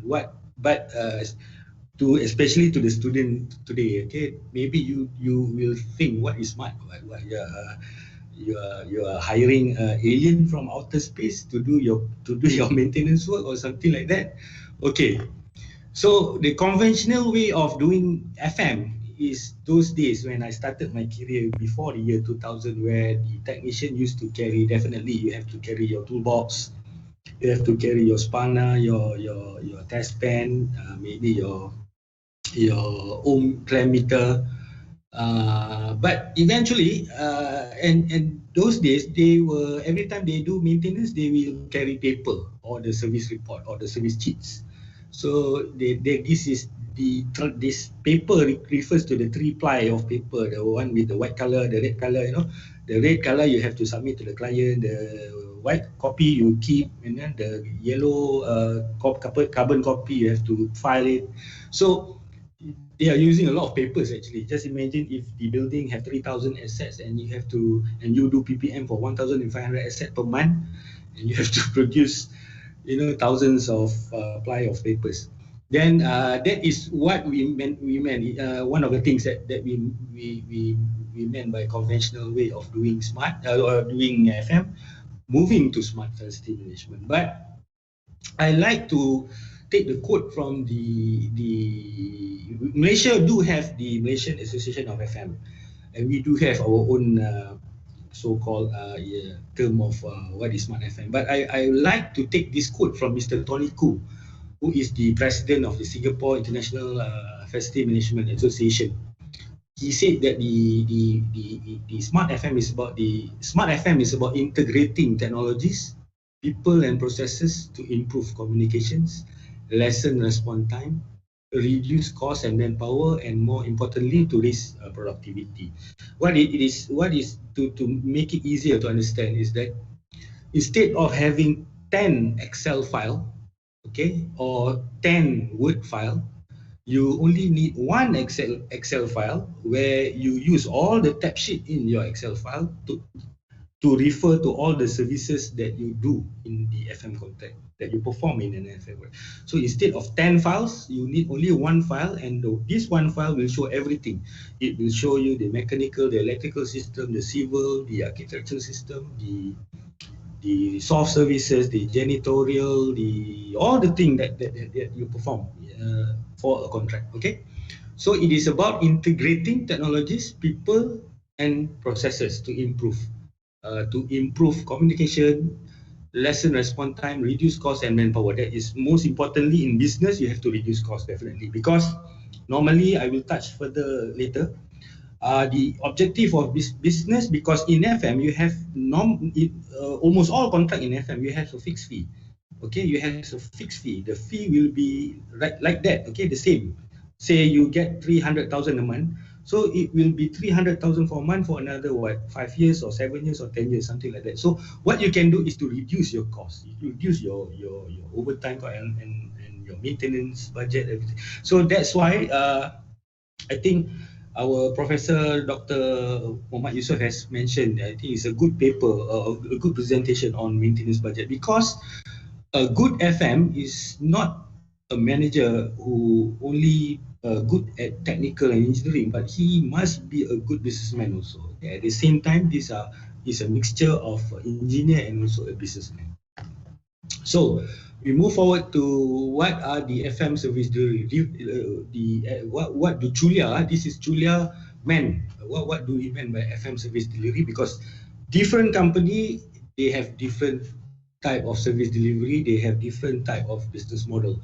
So ours is I can just focus you on the customer value on top of the slide now. The overall objective, where the overall services, what you produce, what you provide is underneath it, but the overall thing that we have to understand and we have to achieve is the cost control and reduction. Okay, cost control and cost reduction is not only for the company, for the FM company, or for us, it's also for the client, because definitely client don't want to pay extra for for repair or for replacement of new asset and whatnot. Okay, and then secondly, there must be a transparency and simplicity. A good FM company must meet this criteria: transparency and simplicity. What it means by that is that transparency and simplicity by the client to overview what have you done on their building, okay, in terms of reports, in terms of performance, okay, so that you have to be able to have this transparency of sharing the status of daily performance on your side with the client. Okay, so that is where the digital FM is very important, because nowadays everybody has smartphones. I believe everybody have laptops. Even the school kids nowadays, they use laptops, like my children doing their homework using laptops. I think it is not something for the rich, but I think laptops and smartphone is now is a must. It's a must have tools. Okay. Then the third one, we have to meet the compliance and the standardization. These are also those days it's a bit difficult to comply. You can comply, but you need to do manually. Okay, in terms of meeting standards. But recently, with the technology, the IoT sensors, the building sensors, because these sensors keep on taking data, okay, every single minute. So you will not miss any data as long as you have the internet connection and you have the sensor battery is working. So it will definitely easy for FM personnel to do their report, whether to see whether we are complying on the standards and regulations. Okay. The fourth one will be we have to meet the energy and the sustainability required by a contract. So energy and sustainability, normally to ease our understanding here, is to save electricity use and also to save the water use. Okay, so currently Julia also is managing some of the government buildings, and there is clauses. There are some clauses on the to meet part of the SLA or the service level agreement or the KPI. It's easy to say KPI. We have to meet the KPI and reduce the electricity. They give us, the government give us some targets.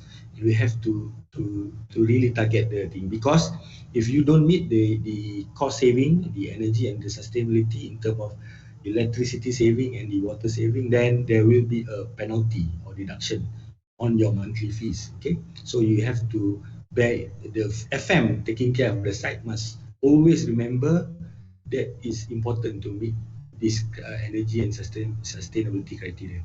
And the last one will be the workplace experience. What we mean by workplace experience is something like with the innovation, with the invention of the IoT technologies, application, okay, mobile apps and whatnot. It is like, okay, Julia, by managing during the course of managing a building, we are not only manage the technical, the engineering, the assets. Okay, I still remember during last 3-4 years ago, we one of our project, for 5 years we maintained a building by the name of the Menara Berkembar Bank Rakyat, located in Brickfield or near the KL Central, the KL Central Station.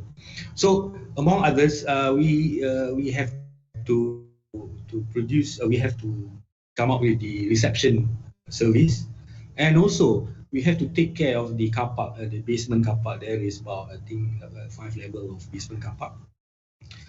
Not only that, we have to take care of the payment, the car park payment also, the machines, the collection, and all things that related to the parking. Workplace experience means not even the people who comes to work, even the client. How is it easy for the client when they came to the Menara Berkembar Bank Rakyat and to find parking? So the duty of the FM is to make sure that the signage, the car park signage, the what they call it, the car park bay, the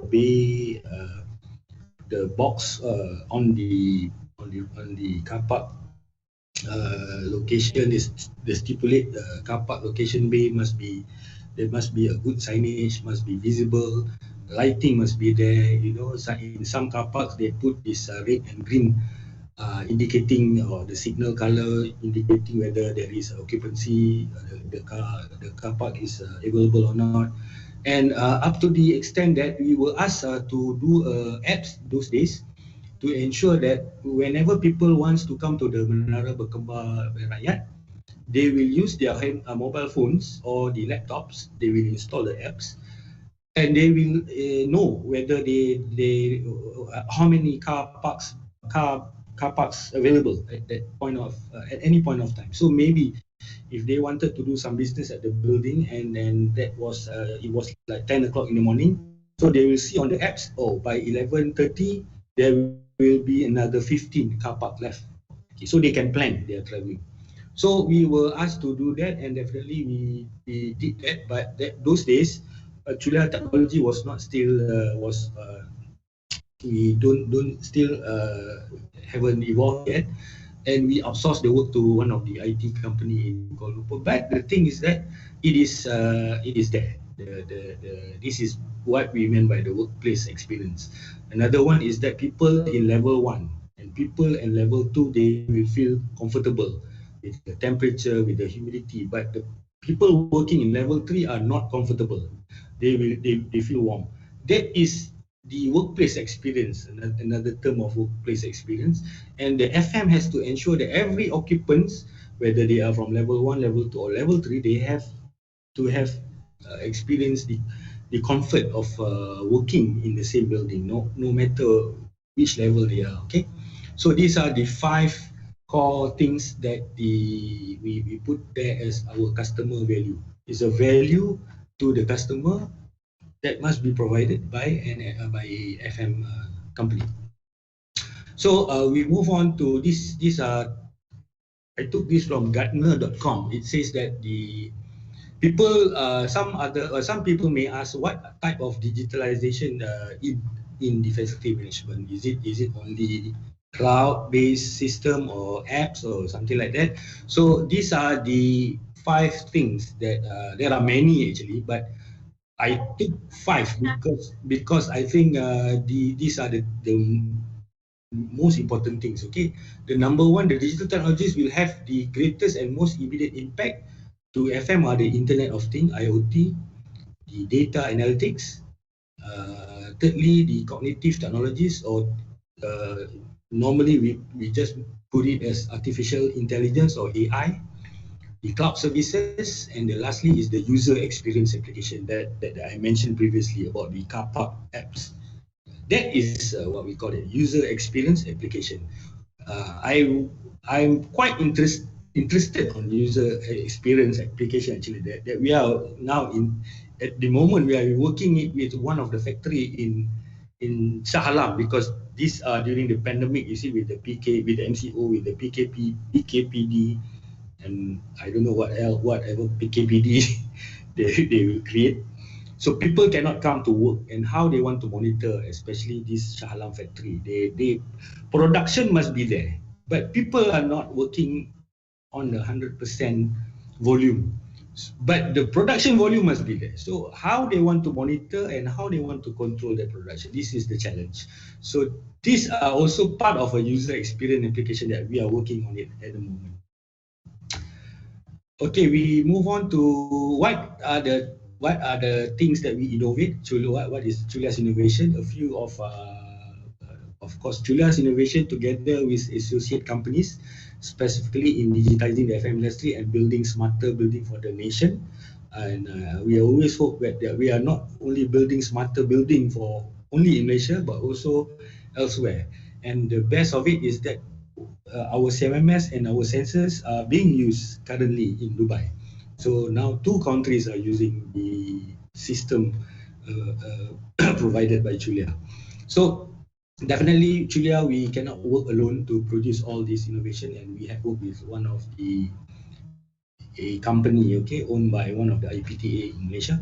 So because you see, Julia actually is an FM company. We don't have that programmer. We don't have programmer. So, but we can design. We can tell the programmer what the system should look like, how the system should function, and so on. But we don't have the programmer. That's why we do like a partnership or like collaboration with other local company to produce our system, our IoT system, and our cloud-based system. So take into example the meeting room scenario. Okay, how to addressing complex use case. Those days I start like 10 years ago, like for example 10 or 15 years ago. You have a meeting room, okay? You definitely in a meeting room you have lights. You have what we call it lights will produce illumination, and then presence. Okay, you can see at the center of the screen there it says presence. Presence means presence of people, and then the last one is the temperature and also the humidity. Okay, but I put that temperature. So engineer in the plant room. Okay, the meeting room is, for example, this meeting room is in the 20th floor, and the engineer is in the chiller plant or the HVAC plant room at the basement. So those days he will need to go up to see how many people, or maybe he will bring his own temperature or the swing meter. Like last time we used a swing temperature meter to basically adjust the chiller performance, the chiller, what they call it, the chilled water production, to adjust it with the numbers of people attending in the meeting room. And he needs to switch on manually the lights, and also he needs to switch on not only manually, but he needs to really calculate how many people, and so that he will be able to switch either all the lights or maybe partial lights or maybe quarter of lights in the meeting room. Say the meeting room is an auditorium, it's a big room, okay? But he needs to walk, okay, from level basement up to the 20th floor. And it takes time, okay? And then maybe he has to go down and adjust and then go up again, adjust, and then some people on the meeting room may say, hey, there are additional 5 people are coming in 1 hour time. So he need to go down back again, adjust and do that. It's a wasting of time and waste a lot of manpower, man hours. So now we have this building, we call it remote building sensors, where these sensors are kept installed in the meeting room, where the engineer can not only monitor from the basement or in the plant room with the internet connection, he can also monitor continuously monitor the performance of the lighting, how many people are present, what is the current temperature, live, okay, live monitoring via his mobile phone or his laptop, okay, even though he is outside the building, okay. So that is part of the technology based on the IoT technology in FM. So this one is the first innovation I want to show to the crowd today is the innovation or the invention of our own CMMS or the computerized maintenance management system. Basically, I think most of the students here, you have already learned. I was made to understand that UiTM Perak is using, I think, C-Works, if I'm not mistaken. It is more or less is the same system, similarly like maybe some of the features is almost similar like CWorks, only that we produce our own. Definitely, we're producing our own coding. The back end is done by us, done by our programmer, and we are producing our own performance dashboard. Performance dashboard is what earlier mentioned about the to meet the certain contract in FM contract is you have to share all this information with your client. And how easy your client can get this kind of information, meaning that the client doesn't have to wait. Let's say today is Saturday and tomorrow is Sunday, nobody is working, but the client needs to know what is happening now. So then those days he needs to wait until Monday morning, then only he will get the answer. But now he eventually he will get the data in real time. So he knows at any point of time how many lifts are working, how many doors are not locked, okay, whether the cleaners are doing their jobs, okay, whether the lightings are shut off, things like that. And the client will also know how many work orders are completed. I mean, in terms of a corrective work order, the preventive maintenance work order,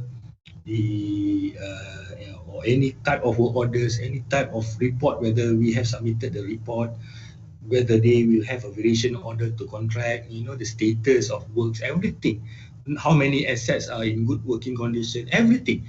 This information can be customized, and we can customize the dashboard itself. Whether if the client like to use a pie chart, then we can put the pie chart. If he likes to kind of histogram chart, then we can put that kind of histogram chart on the dashboard. So it is customizable.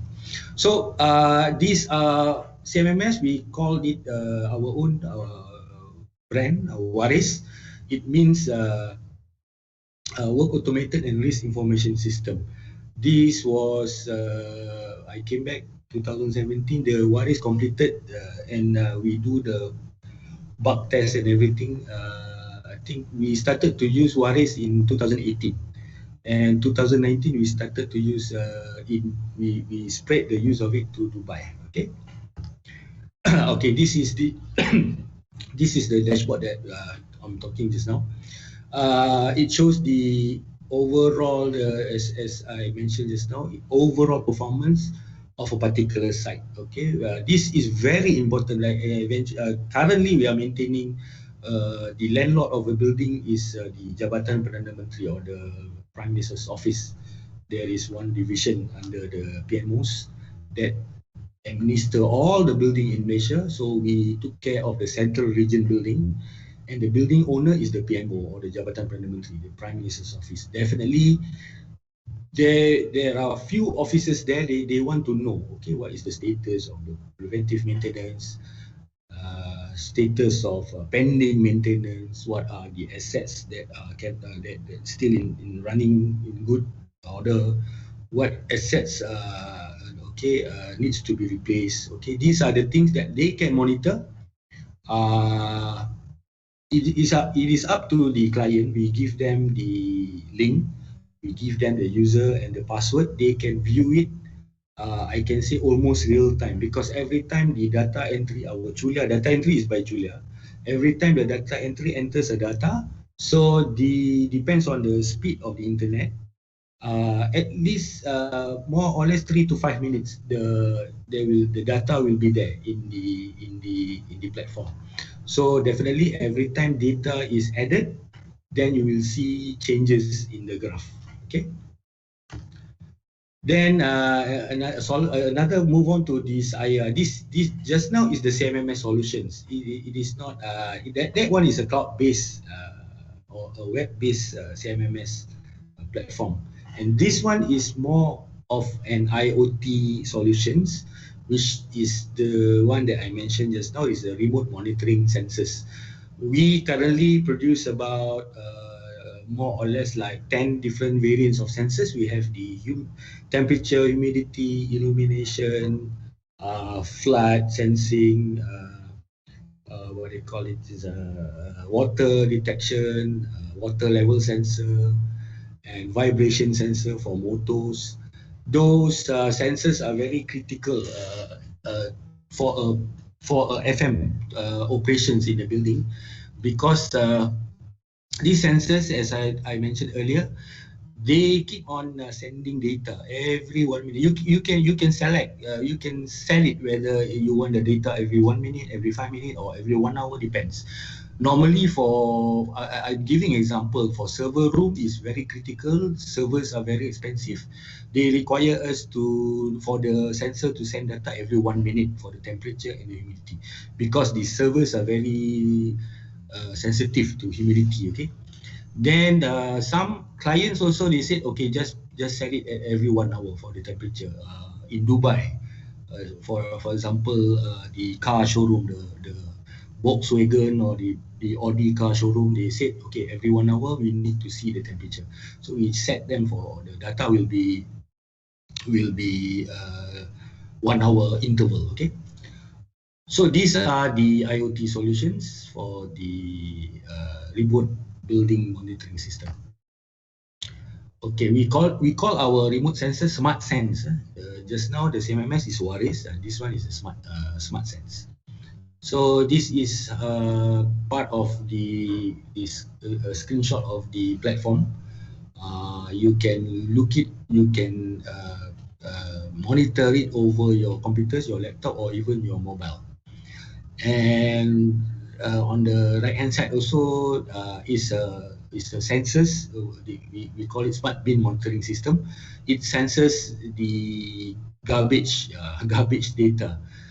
People will say, why you monitor garbage? Okay, but in operation is very important, because especially in Dubai, whereby the projects I think I can say 90% of the projects are apartments, condos, and residential.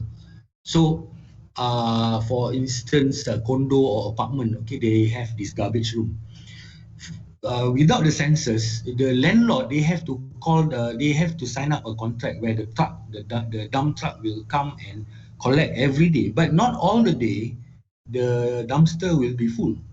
So sometimes in a week, in 7 days, maybe they will only collect garbage for 4 days, and the rest of the 3 days the garbage is yet to full, and then they work out, the truck walk out without nothing. So but still the landlord have to pay the fee, say for example 200 dirham per day.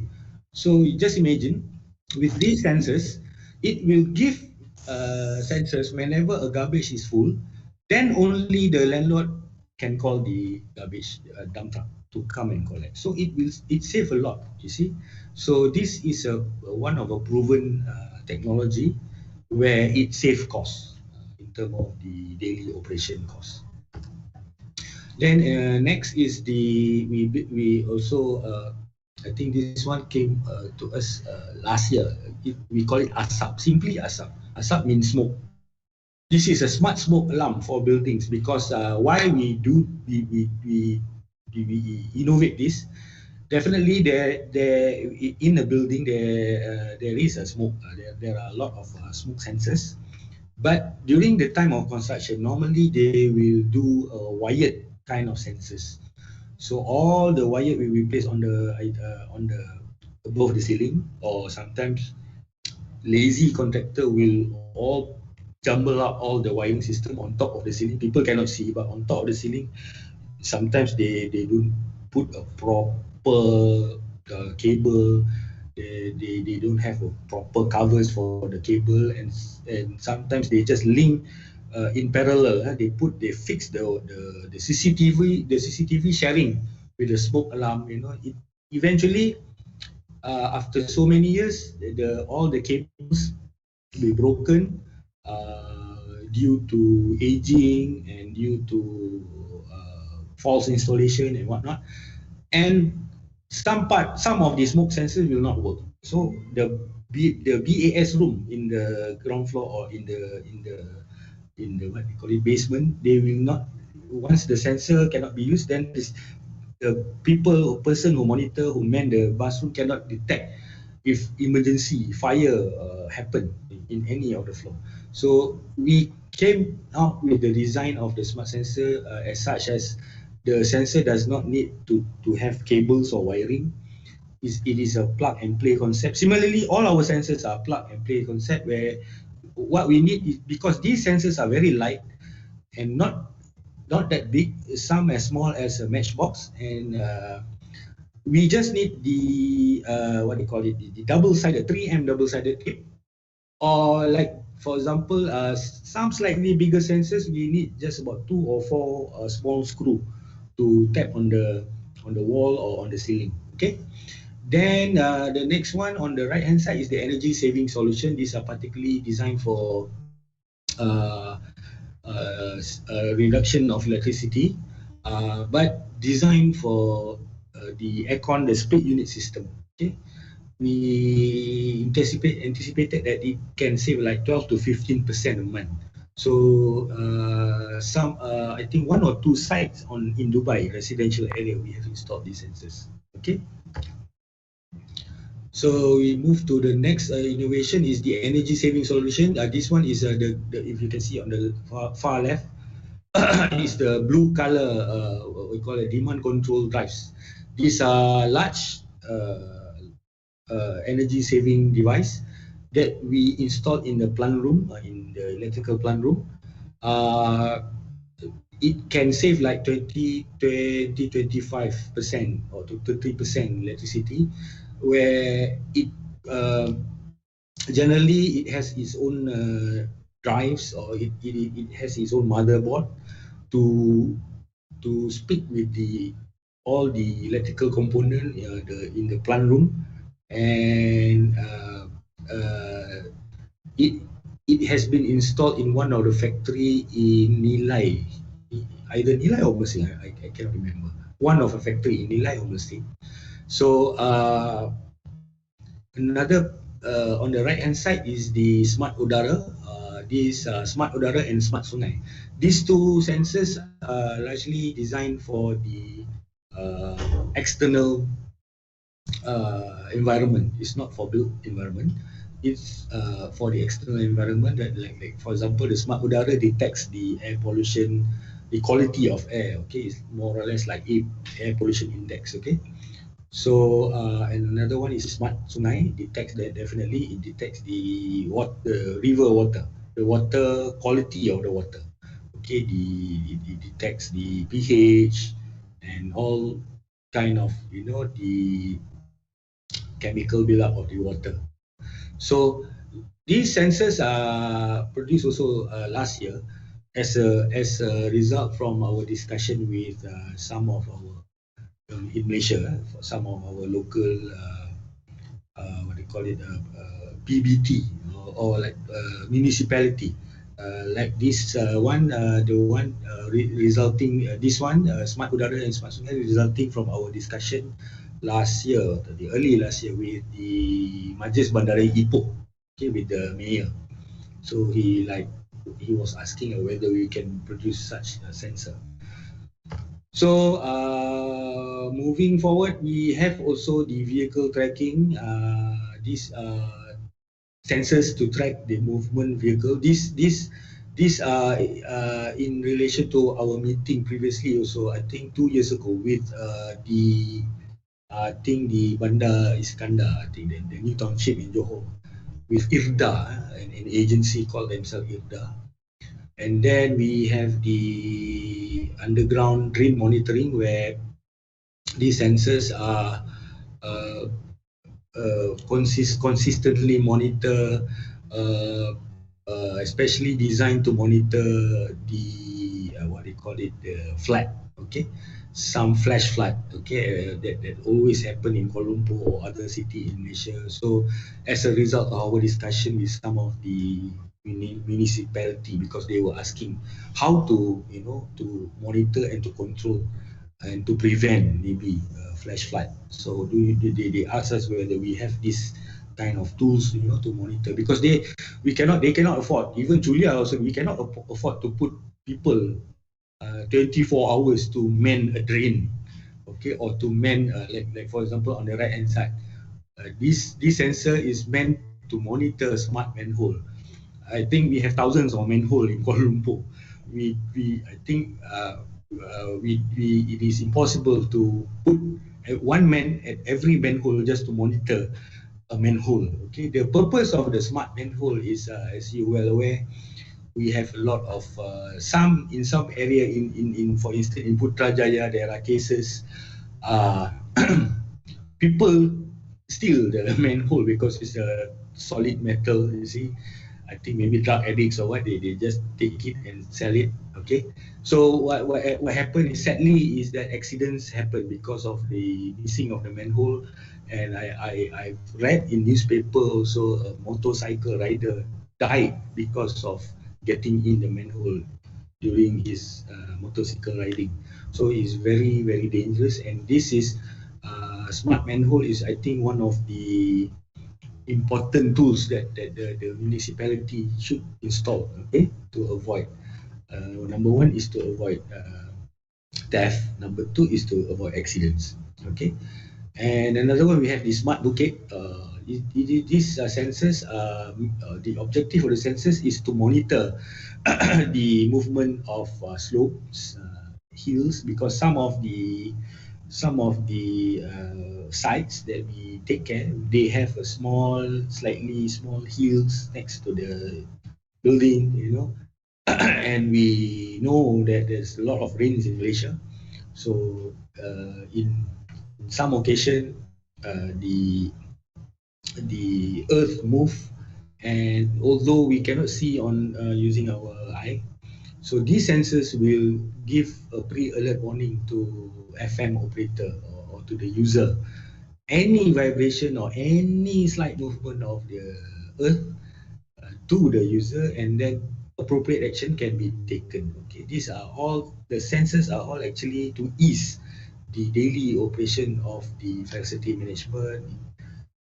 Even if they are not FM, even if they are the municipality or even the building owner. Okay. Then we are talking, and the next one will be the FM challenges. I would like to, because we are still in the pandemic, some say that it will move to endemic. I'm not so sure about that. But the challenges of the FM industry, the challenges during the difficult period of the COVID-19 pandemic. So I would strongly, this is sort of a disclaimer, okay? Many companies, many different type of business, they have their own challenges. Even I think that UiTM also, UiTM also have their own challenges. In Julia, we have our own challenges also. But in this slides, purposely, the challenges presented here is based on our experience. I'm not basing on the other FM companies or the other FM operators. We strongly believe that the challenges varies between business to business, which highly depends on the business model, networking, the nature of contracts, and also operations. Thus, the following challenges are purely based on our opinion, which are based on our business, definitely business model, capital needs, market studies, and financial forecasts. Okay. So the challenges, number one, definitely for the last 1.5 years. Okay, we have been, those days we never heard about WFH. Now it is a common word, I think, the challenge of having to work from home, okay, WFH for short, and also meeting via video conferencing, etc. Okay, these are the known effects. This is based on our own experience. We look at our staff, and these are the effects. Having to work, the effect is for them is having to work and manage their kids and family at the same time. For example, while my staff were talking to me on a video conference, let's say we are using, let's say, Zoom, then suddenly I saw their children coming asking for ice cream or asking for this and that. You know, it is interrupting, you know, the communication, and also sometimes the sound from the audio capture the outside sound from the outside environment also. No, it's not that conducive sometimes. Okay, and that relates to they become demotivated to work from home. See, and definitely it will decrease in terms of work productivity. and leads also to boredom and depression. So they become bored, okay, easily bored, because whenever we say that, hey, tomorrow, let's say for example, tomorrow we will have a 9 o'clock online meeting. Say they will always say like, can we do it at this time, and you know, a company cannot follow, cannot just follow every time everybody's time. You see, so some people they say, can we start the meeting at 10? Some people say, can I start at 1 o'clock because I need to work. They have to wait until the children finish using their laptops because their children are also undergoing the PDPR now, online learning. So they have only one laptop in the house. So these are the effects. These are the problems that we are facing at the moment. Although it's not as in Julia, it's not too bad, but it is a problem. It is a challenges to us. Like for example, for instance, just now our moderator wanted to play the video. The video came out, but the sound doesn't came out. It's a technical glitch. It do happen, but whatever it is a new norm. We need to counter these problems. Okay. Then challenges number 2, because of the so many temporary closure of businesses and borders, okay, due to the MCO, or now is the EMCO, and currently Selangor and Kuala Lumpur is under the EMCO, and definitely the known effect is loss in potential income, and definitely it leads to reduction in our revenue. This happens to Julia because we have currently also, as I'm talking now, we are losing potential income because we cannot perform audits in 4 states. In 4 states on the north of Malaysia. I think some of the I've been working with UiTM also because we are using some of the students to help us, to assist us. Of course, they were paid like previously to do the building audits, but we cannot do it because we are under the PKPD. So it definitely is a loss of potential income, and reduce your revenue. Maybe if there is no COVID-19 everything, we might have done this audit like 2 months ago. But because of this audit, because of this MCO and EMCO, the known effect, I think, is not only in Julia or the FM industry. Every industry, they have these problems, loss in potential income, and number 2 is a reduction in revenues. Like early January, we have one potential FM business in Sabah, but we cannot travel there because of the restriction of border travel, and we cannot book a flight and so forth. And these are the problems. Number 3 is we can see the very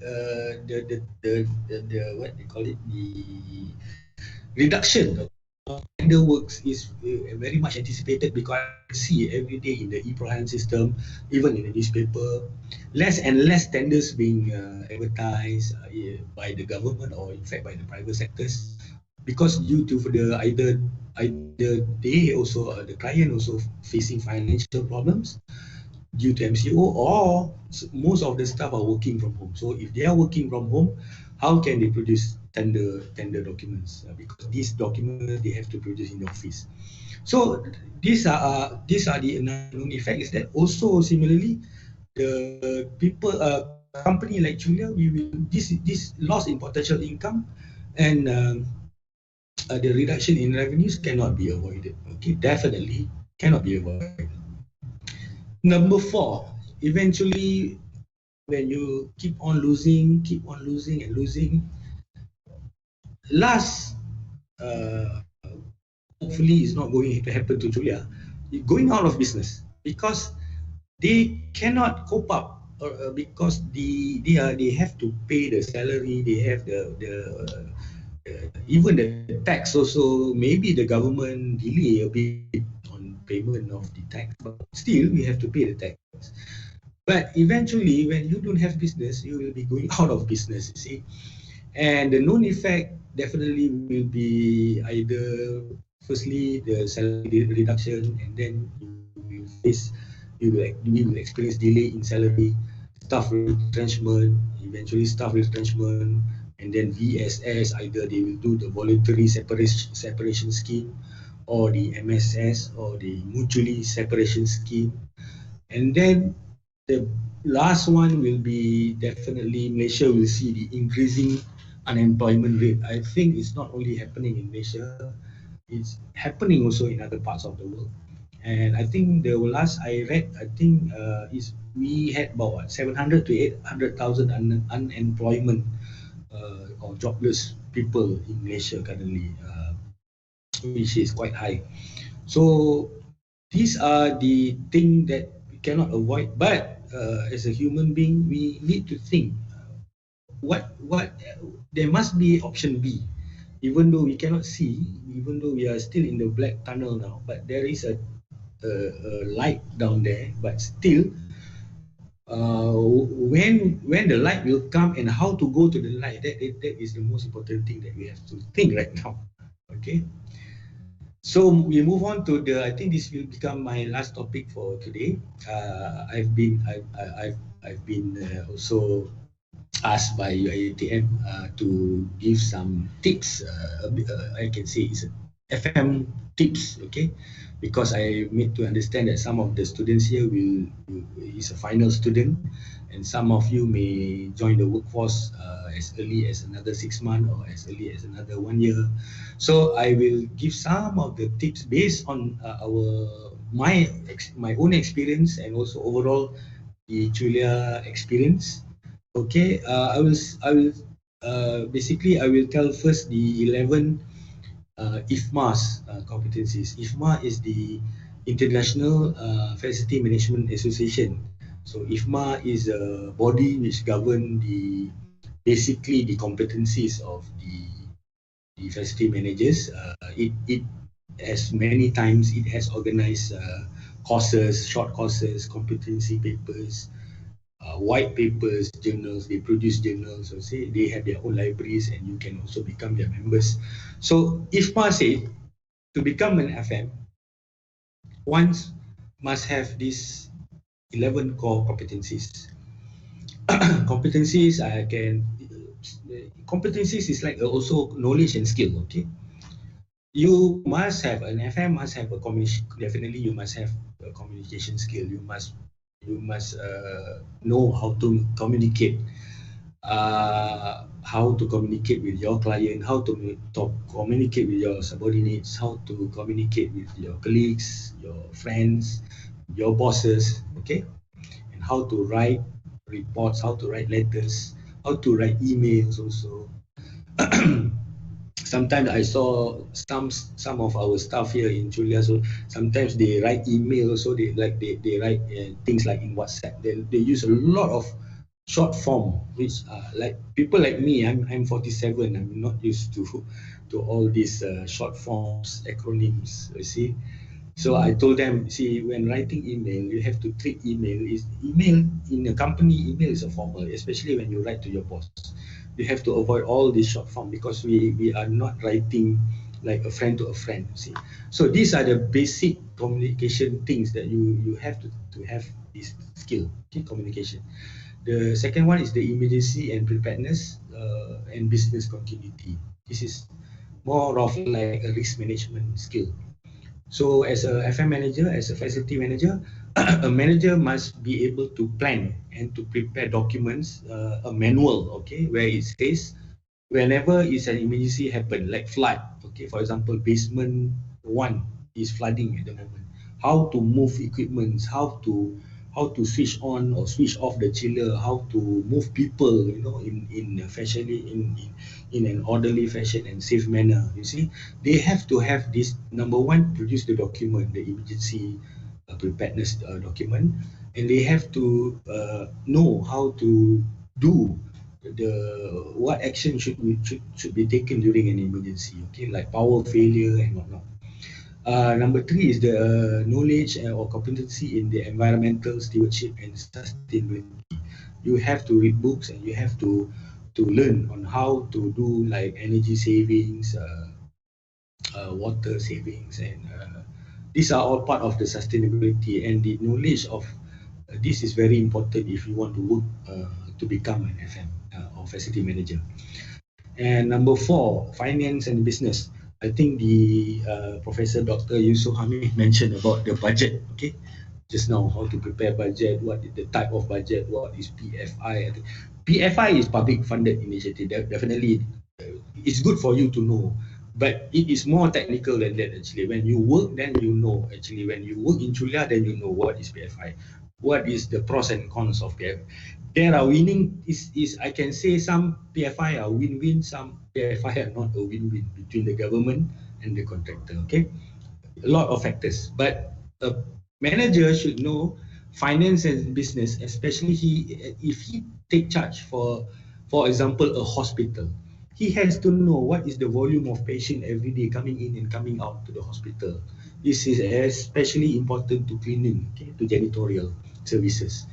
And then he has to know revenue of the income getting FM income from the hospital, because it is a fixed income. Then he has to know which spot, you know, that we can save a lot in terms of revenue, how to do the cost saving, see, in terms of overtime, payroll, spare parts, inventory, and things like that. So a manager, FM, should know how to prepare his own profit and loss statements. He should be able to prepare his own cash flow, you see. But sometimes I'm not so sure whether the university is covering this topic. But definitely when you join your second university is your workplace actually. And my university after Institute Technologi Mara Perak is Julia. Before is Radicare and these are the companies. Your workplace will become your second university, because you go and learn new things depending on the company that you work, depending on their business model. Because every company has their own strategy, every company they have their own business model and what type of profit margin they want to make. Okay, so different company, different strategy. Then number 5 is human factors. I can put it human factors, and then number 6 is leadership and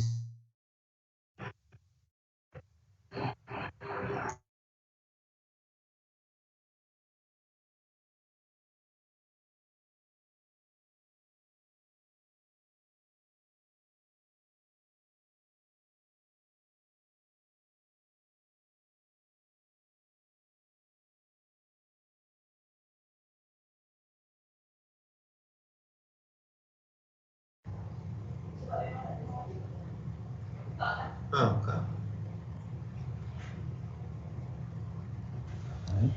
Hello. Mr. Fazli? Hello?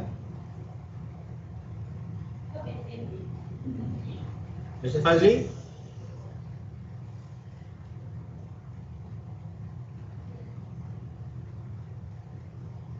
Putus.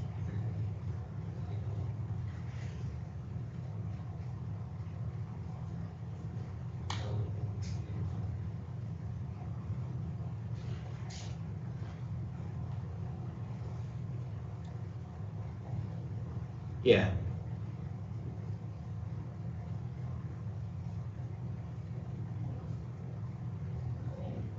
Mr. Fazli?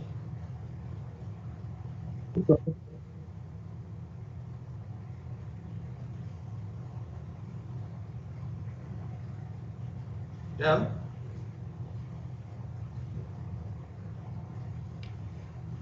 Mr. Fazli? Are you there? hello. Yes. Yes, I can hear you. Oh, okay. Okay, can I continue? Yes. Okay. So the project management skill is, I think most of you, I think you have learned it during the coursework in the current university now. So you have where your skill is partly to plan projects and manage projects. Say for example, you have a renovation project or a retrofits project, then you are given a task to project. There is a fixed revenue for it.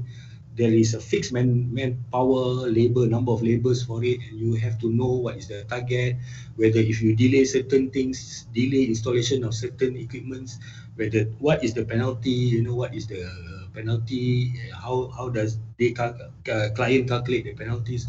These are all the objective of the project management is to build the project is number one. Number two is definitely revenue. Okay, what profit can you make out of that project? Okay, and then definitely quality. Every company have their own ISO.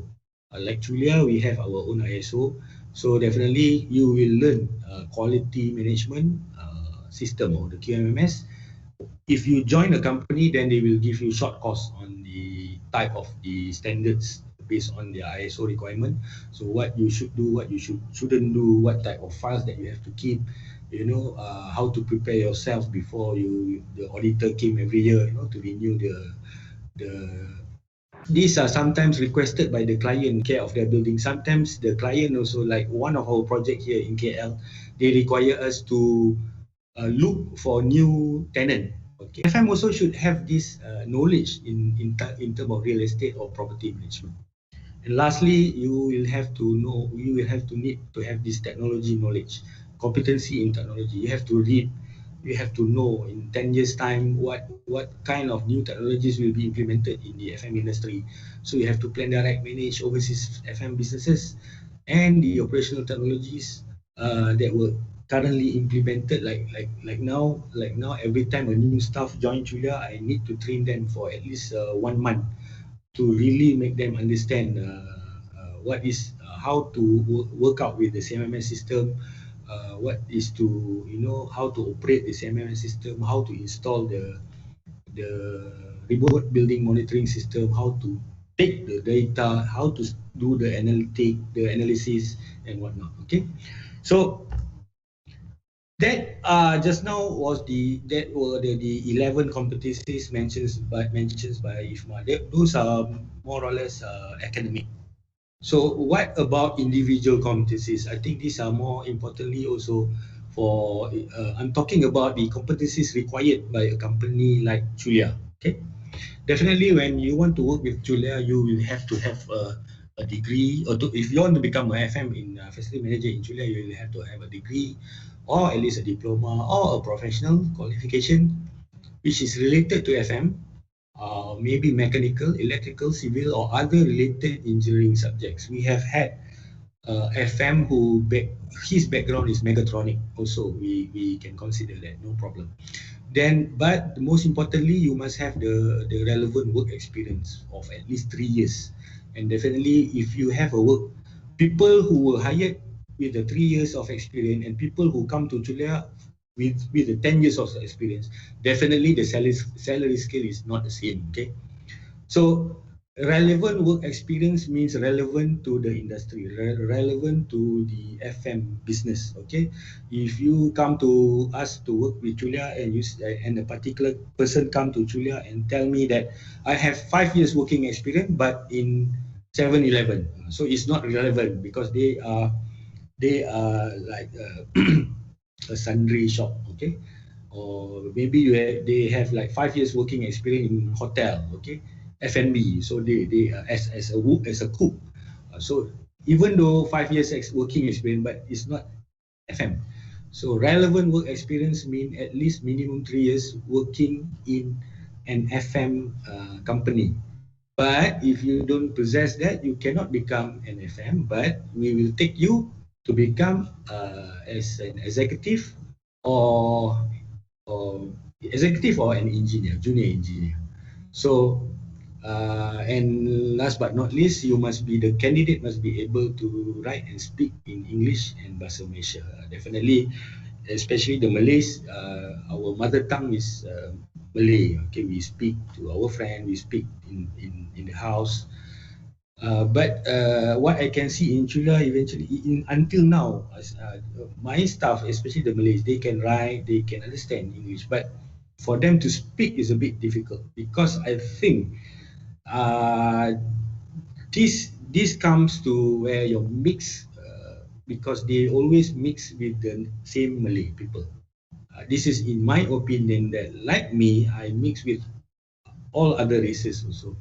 Until even because I work in Dubai, until now also I'm still writing to my friends in those engineers in America, in US, in Dubai. They are Americans and some of them were British and some of them were Swedish. Swiss. So definitely we have to talk in English, okay, to converse in English. Another thing is that how to improve the English is that by you to subscribe to magazines or newspapers, or reading materials to improve your English. Things like as simple as Reader's Digest or National Geographic magazine is good for you. Okay, this is how I personally improve my English. Those days when I become a manager and I need to talk in a meeting and I need to speak in English, then at one time also I take an exam. I think by the British Council. So I have to pay on my own. You see, just for me to improve my English. Okay. Julia's competency number 2. What we need from a candidate. Okay, we like person who can tolerate with time, working even after office hours and at odd hours. With more than 20 years of working experience until now, sometimes I do work at odd hours, and most of the time I work like 10 or 12 hours a day, because sometimes at the office I will have a lot of discussion during the daytime, during office hours. I will have meetings, sometimes I need to organize meetings to talk to my Dubai office, and then there's a lot of meetings and discussion going on during the daytime, during the office time. So sometimes when I need to do my costing, my calculation or my business proposals, I need to do it at the odd hours at home. So if you are a person who can tolerate with time, who don't mind working at odd hours, who don't even mind working during Saturdays or Sundays, who is not that calculative when it comes to times. So these are that is type of the individual that we like to work with, Julia, to work with us. The third one will be a person who can also tolerate with complaints from the public or client, because you see, the FM business is about managing complaints actually, because without complaints there will be no complaints. I think there will be no maybe there will be no FM, because FM is about handling complaints, people's complaints. But how you manage the complaints, that is the most important thing for you to know. That's why we invent all this IoT, the CMMS system, because these are the things that can handle complaints in a more systematic way. Okay, so if you can tolerate complaints, even if you are a manager or general manager like me, when you go to the site and some people like they keep on complaining, they okay, you see, you need to understand that the clients always want a fast service. They want this and that, if possible, to be done right at that moment. So you have to know how to. That's why the communication skill is very important for an FM. So if you can tolerate complaints on a daily basis, then maybe you will become a good candidate for Julia. And then another one, a team player. Okay, in FM you must be a team player. And the FM manager must be able to gather all his team or her team to work as a team, because teamwork is important to achieve your mission, your objective. Mission and objective meaning to achieve the overall FM objective for the particular site, even up to achieve the required revenue, okay, the required profit margin. So we cannot work individually in FM company. Okay, so you have to become a good team player and work as a team, okay, to achieve your objective. And the fifth one will be a person who is highly talented and creative. What I meant by talented and creative is not that we need people who can produce movies or to become like Steven Spielberg, or to write music, compose songs, or write cartoons, or portrait or what. No, talented and creative is nowadays most of the companies, they have this previously they called it human resource department, but some big, especially big companies, I've gone through these big factories of client of mine. They call HR department nowadays a talent department. You see why? people who work, especially in a service-oriented business like in FM, we produce service at the same time we produce talent. You see, so the facility manager must be so creative as that whenever new things comes in the like a new problem came into the picture, so they have to be creative in solving things. I definitely we understand that definitely especially the engineers when they do troubleshooting, when they do repair work, they will follow by the book, they will follow the step by step. It's true, it's correct, but sometimes there will comes a challenge, a problem where you need to become extra creative, and that talent that you must have to become a good facility manager. Because for example, you used to have this one format doing format of doing reporting on a monthly basis to the client. You used to use this format for the last 3 years. Suddenly the next at the 4th year, a new boss of the client came. He wants a totally different format, and you don't know what to do because you are not creative. You see, you have to think out of the box, you have to be talented and creative, try to learn somewhere else how to get a new type of format, for example, of preparing a monthly report. You see, so these are what we like to see in new people, new blood coming into Julia and working into Julia, talent and creative type of people.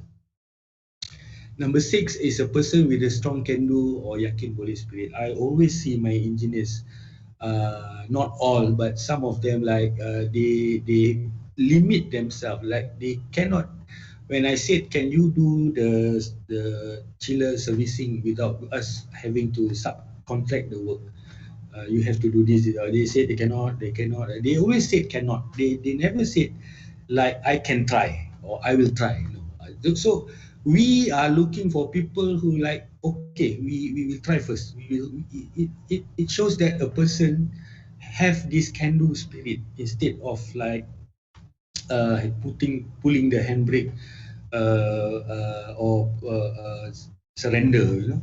So a person with a strong can-do spirit is the person who we are looking for to become a FM facility manager in Julia. And another one is to read and analyze. To become an FM, you need to read a lot of books. You need to have this hobby of reading, especially those related magazines or books related to building technologies, engineering. And when you are on your side, when you are taking care of a project, you have to see the past data. What if you have a lot of data but you don't analyze your data? Then your data will become just a data. You know, it's just something that don't produce something. It's just a data. You have to analyze your data, and you have, because by analyzing data you can do your prediction, your forecast, how to maintain. For example, if you have like last 3 years maintenance data, then you know in the next 3 years how you want to manage your project or your site based on the last 3 years data. So it is very important for NFM, for facility manager, to have this reading, I would say a hobby, you know, read hobby, you know, and analyze data. You know, lately with the social media, I see a lot of youngsters, they spend a lot of time in Instagram, in FB, or I think there's a thing called TikTok, I think. So doing videos, you know, so I think you can do that, but I think you have to manage your time properly, because facility manager is a very critical role in the FM company, and an FM should have these competencies mentioned by me earlier on. I think this will be the last competency, a person who always like to learn and never stop learning. I think most of the lectures, I think all of the lectures here agree with me that learning is a process that should never stop. I think even though we don't know when we're going to die, I think for me, if I'm going to die tomorrow also, I will not stop learning. I will learn and learn and learn. And it's a very important process for a facility manager to learn new things. You know, new things. Like for instance, like me myself, I occasionally I took online learning. You know, I took some certificates, to improve my knowledge. Some knowledge that I took is not necessarily related to my work environment, but it is more like my general knowledge. Like for example, 2 years ago, I took this certificate in machine learning, and later I do a certificate in what they call it, data mining, data analytics and mining. So I think you have to have this competency to learn. You have to have this spirit to learn, and don't ever stop learning. This is I think this is just to motivate, especially to the students, that are here, that are gathered here today. I think UiTM, those days were ITM. I don't see the diploma actually, but I see those days, like I was there like almost 30 years ago in ITM. It is a platform. It really give me. I think I got all this competency eventually. During my time, started not when I was in school, but when I was in ITM, because those days I was mixing. When I was in ITM, I mix around with people who came from the kampongs, those sons and daughters from the Peneroka Filter, because I was from a town, from a Johor Bahru, so I don't live in the kampong, so I never experienced like having to study without the electric lamp. You see, these are the things that I've learned, and if these people can do, and why I cannot do? So it built up my character actually. ITM has built up my character with this type of competencies from the early stage, and then it easy for me to go alongside all these competencies when I started working, because I started to have these competencies when I was in ITM actually. And I think okay, I came to the end of the session. I put there, if you have any question, or simply maybe especially to the students, you want some FM career tips or maybe interview tips, you can send an email to my email over there. Maybe I will share this paper to the moderator in a few minutes.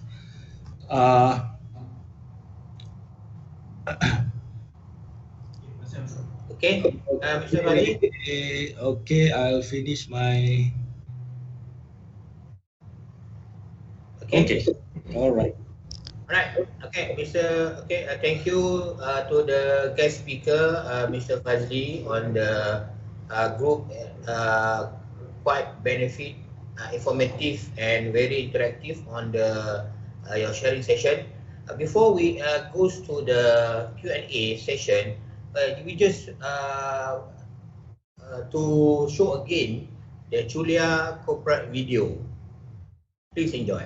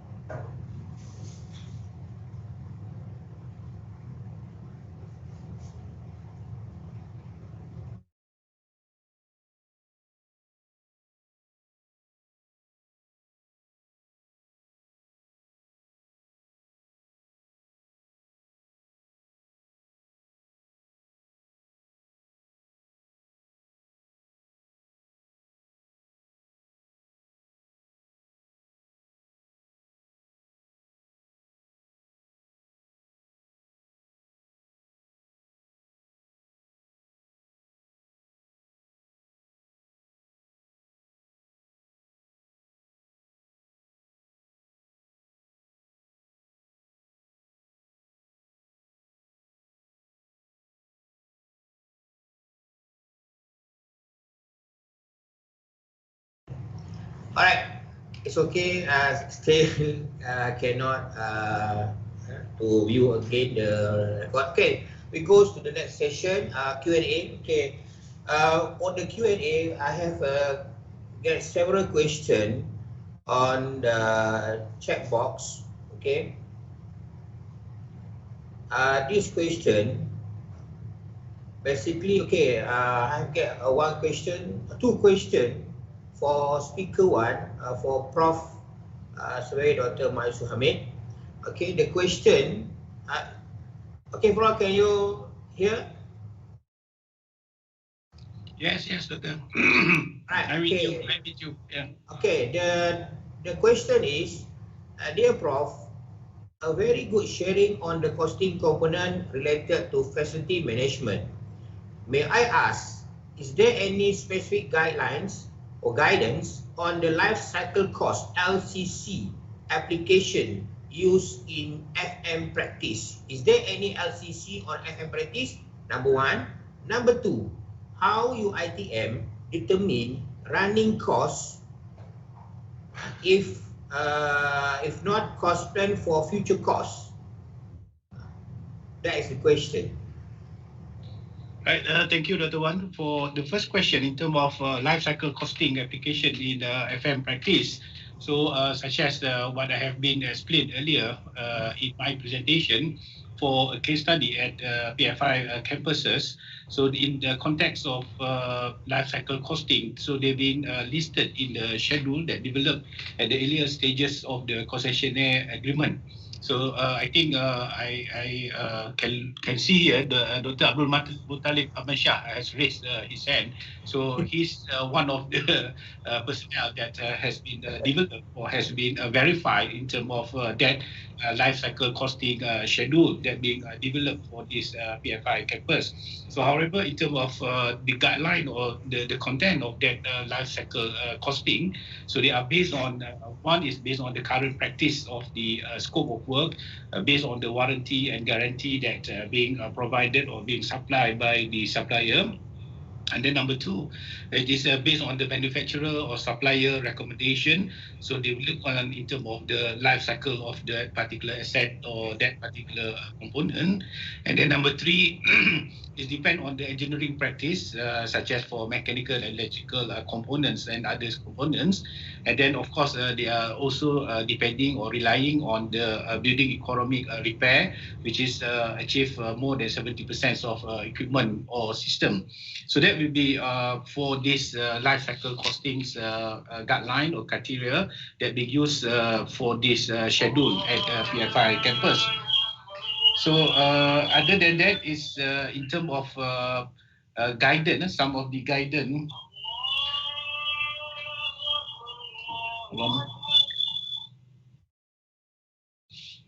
Some of the guidance that being developed, such as for FM practices, for example, in German, so they are using this customized design of real estates and the optimization of life cycle for German Facilities Management Association or JEFMA. So this document on Directive 101/2004. So that will be a guidance for life cycle costing in terms of German context. For USA, United States of America, they are using the ASTME 91702/2002 that will be a standard practice for measuring life cycle costs of the building and building system. And for Norway, they are developing the NS 3454/2000 life cycle costing for building that consider in terms of 50% of the life cycle costing are focusing during the construction stage, and then the remaining 80 to 85% are at this operational and maintenance activities for this life cycle costing consideration. Then for the International Standard Organization, we can refer to ISO 15686/2008 that regarding to the meaning of life cycle costing for the ISO standardization. And then of course in Malaysia context, I think Dr. Natasha, we can also consider that there is a certain course or module that being developed by University Technology Malaysia Center Real Estate of Studies that life cycle cost analysis for FM in terms of technical improvement. As department also can having the same module to guide in terms of using this life cycle costing for decision making for facilities management practice. I think there is various references or guideline that being used in terms of referring the impact or the importance of life cycle costing for facilities management practice. Okay, for the second questions that being in terms of how UiTM determine in terms of the running cost, and then is there any indicator or is there any plan to look into this future cost plan for this future cost? So one of the running costs is based on, as I mentioned earlier, is based on the allocation of management yearly budget that be given by the government. So normally nearly 45 to 50% of total budget allocation for management budget. I'm saying that in the context of branch campus at the Perak campus. So it's about 45 to 50% of management budget from the total of the budget allocation, which is it means that when you get this allocation of budget, 50% goes to running costs or operation and maintenance. So therefore, one of the important thing that we calculate, that we monitor during this COVID-19 situation is our utility costs. So Alhamdulillah, we managed to reduce our utility costs because of most of the students or majority of the students work from home. So it means that we reduced about 50% of our running costs for this 2020 year ended, and then for this coming year, we expected also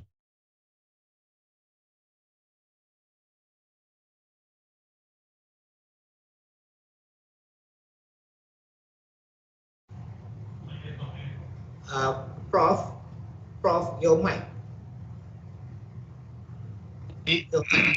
Okay. So for this running cost, based on the management allocation for this year, we managed to reduce it by 50%.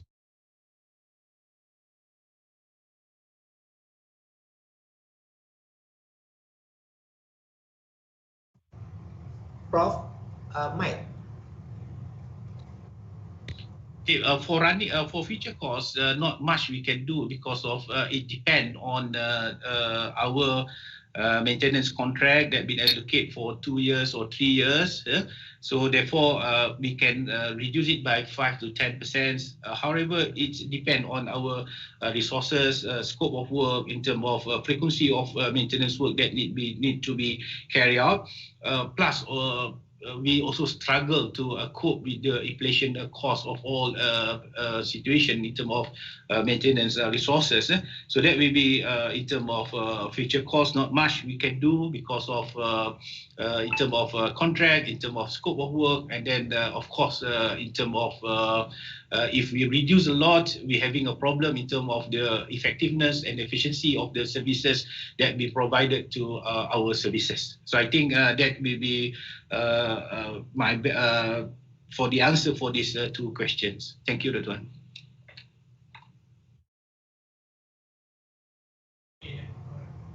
Okay, thank you, Prof, on the good answer and response. I will just go on the live question. I'm seeing from Abdul Muttalib.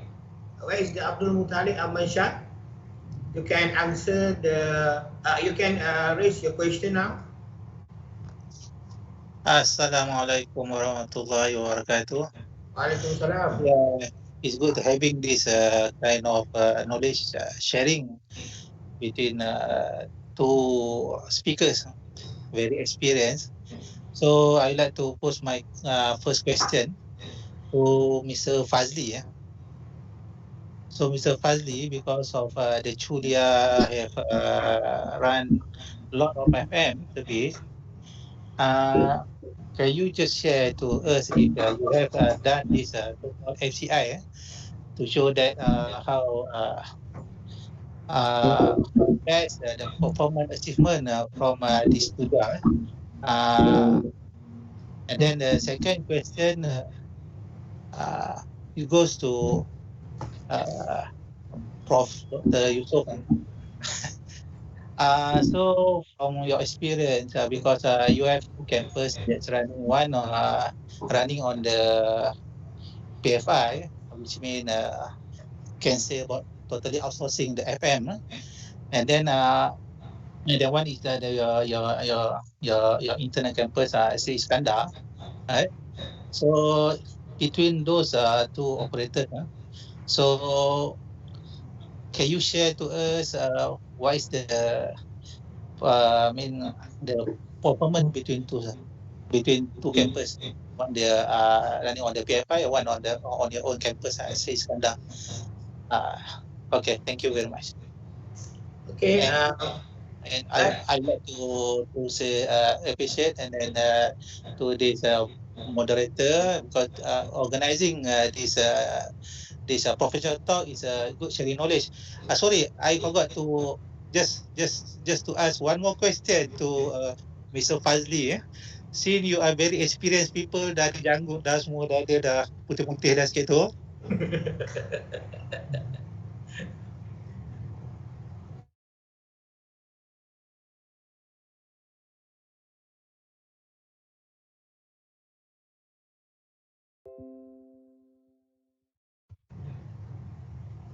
Mr. Mutalek, Mike. Mr. Mutalek, your mic. Sorry. My last question to Mr. Fazli lah, Mr. Fazli, because of I think you can call a Sifu lah, Maha Guru in terms of.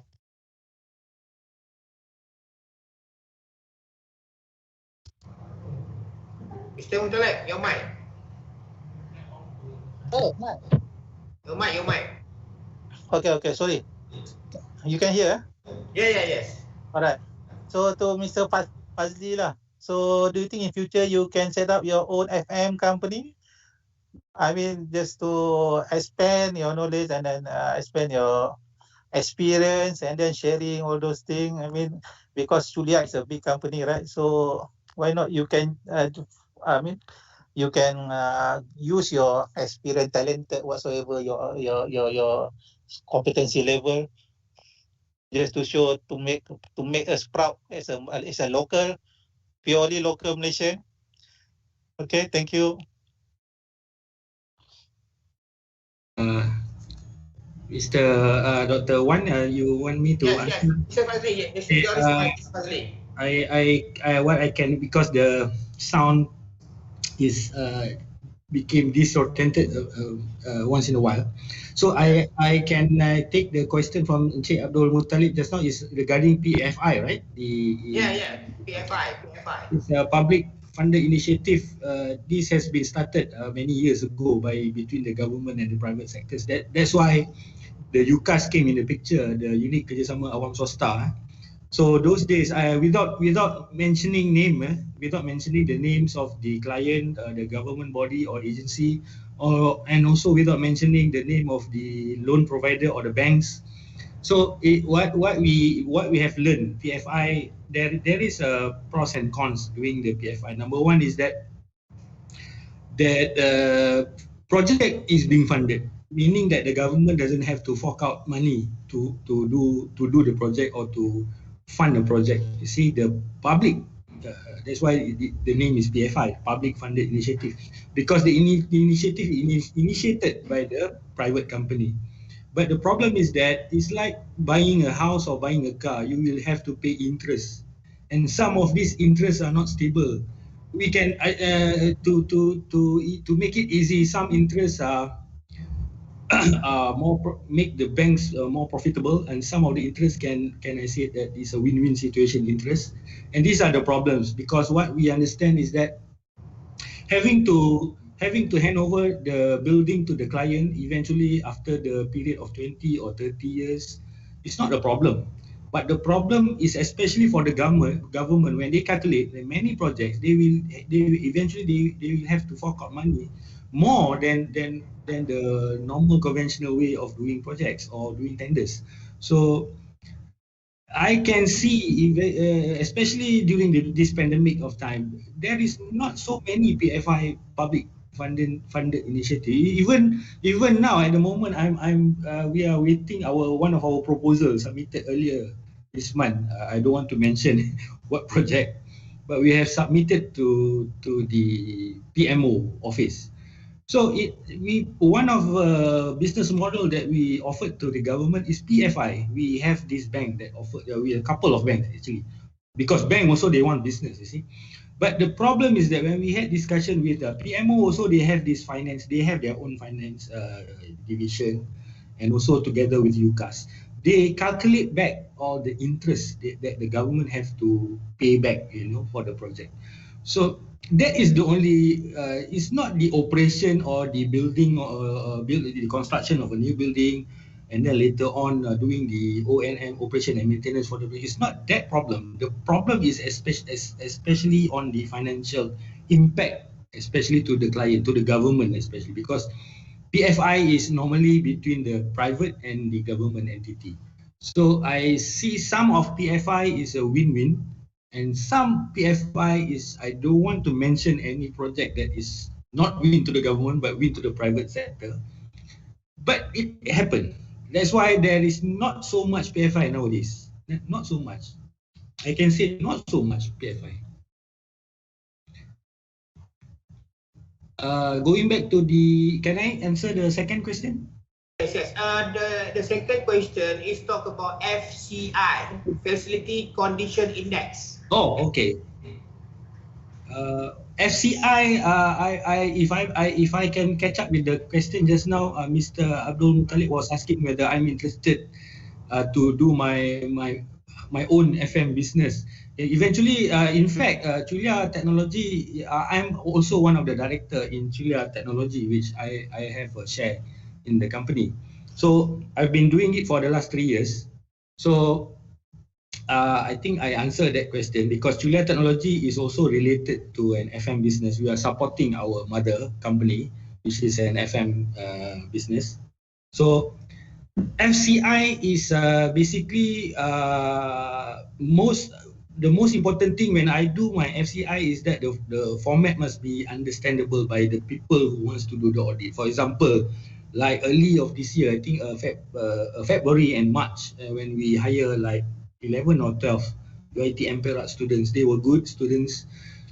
And I told them this is our format, this is our way of doing the facility condition index or building inspection. And they said some of the parameter they don't really understand. They need me to explain to them. So I do it for a couple of days. Eventually they understand. Because you see, there is no specific standard. For example, for a hospital, you have to follow some standards that they have this international organization called Joint Hospital Accreditation or something. In Malaysia, we call it MSQH, Nation something Quality Hospital or something. So they have these standards of doing audits, you see. So if you ask me, the format of doing the audit is based on the nature, the type of the building, and what do the client wants, what is the requirement by the clients. But most importantly, by having this CMMS, remote sensor and whatnot, it is more easier for the auditor because the building has data, continuous data. But without data, that's why sometimes the audit takes a slightly longer time to complete the audit, because they have to really dig in all the manuals, all the past relevance, maintenance records and whatnot. Because I remember 2 years ago, just before the pandemic started, I went to a hospital, a private hospital in Jakarta. It's a 299 bed hospital in center of Jakarta. I booked a return flight ticket for 1 week, but I need to change the date of my return flight because I need to spend another week, because that hospital, it is a big hospital, but they don't have the CMMS system. Everything must be, you have to find the file, you have to, flip over the papers, takes time, and then you have to refer to the drawings. But with this CMMS technology, RMS technology, then everything will be digitalized and will be put in the platform. With the user word, with the password, you can access all this relevant file. So I hope I can answer this question, but if you are not satisfied with my answer, you can write to me and maybe I can give you some more examples. Next is Prof on response on Muttalib. Yeah, based on the question that been asked by Dr. Mutalif in terms of the comparison between the conventional campus that run by our internal facilities management department compared to our PFI campus that run by total facilities management company or consultant. So of course there is it's not is a straight answer, but it is depend on the situation. So at the moment we can say that with the amount or with the budget that being allocated for this PFI campus, of course, in terms of service, in terms of quality of service that being delivered by the FM consultant, and then with this kind of replacement or upgrading works, so the PFI campus is much better compared to this conventional practice.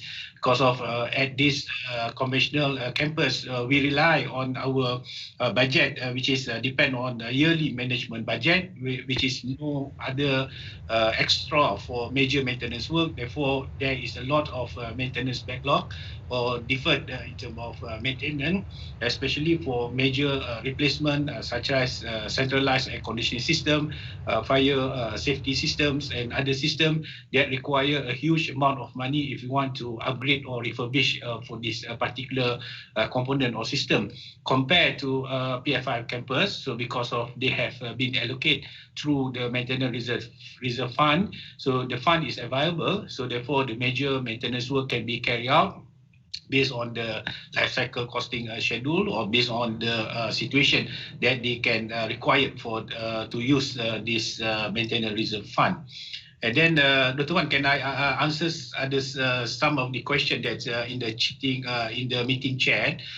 Some of they asked a question about how we can deal about this pandemic situation with this tighten or budget constraint. Yes. One of it is we need to make it such as of innovate or creative in terms of budget allocation, because of, as I mentioned earlier, so when we trace back in terms of our expenses, so we can reduce in terms of amount of utility bill. So therefore, the percentage of the reducing of this utility bill, we can put it into this kind of essential cleaning, such as sanitation activities that not in the contract of cleaning activities, etc. So that will be one of the strategy, but we need to discuss with our treasury or with our financial departments. Okay. Hey, all right. Next question I take from the chat box. Okay, on okay, this is might be goes to the both of the speakers. Since we are in pandemic, will the maintenance program of building affect of all the program are still the same but different alternative of maintenance process? Okay. And number two, what are the approach of the facility management sector towards these problems? That means in terms of, maybe Mr. Fazli can respond on these matters. How is it pandemic affect on the maintenance management process? Is it have been affected quite drastically, or is it not been affected on this pandemic on maintenance management, Mr. Fazli? Okay, I think Dr. Irwan has sent me all the written question there on the box. I have like 6 or 7 questions here. Yeah. Okay, since we are I just read one more time to make myself understand. Yes. Since we are in a pandemic, will the maintenance program of a building affected, or the program is still the same but a different alternative of maintenance processes? This question is by Miss Husna. Okay. Yeah. So the answer is that most of the FM, including companies, and most of the FM companies currently in Malaysia, including Julia, we are under the essential services. We have been given the latest one yesterday, the MITI letter, which we have to apply through the MITI CMIS system. So we can, our people working on the site and on the project, they can come to work as usual, but we just need to reduce by 80%, from 100 to 80%. So I don't see any problem in doing the maintenance because the business of doing our PPM, our CM, and our reactive maintenance is still going on. Including in it is our CMMS system and our remote building monitoring system is going on. So I don't see problem in maintaining the building at this point of time. Can I just proceed all the questions? Yes. Go on. Second question, what are the approaches of the facility management sector towards this problem? Also by Ms. Husna. I think I have also answered this in the question number 1. Yeah. Okay, number 3, is there any standard BQ for repair works for tendering FM maintenance? This is a question by Surveyor Dali. Yeah. If I pronounce the name correct. Yes. Okay. Tuan, the standard BQ, if you buy the tender from JKR, it's different. If you buy a tender from KDN, little bit different. If you buy from private sector, many different. But why? Because it is based on the, even especially for the private. I don't want to use the word what they call it, I don't want to stingy. It's not good to use the word stingy. Private company normally they are very calculative, especially the banks.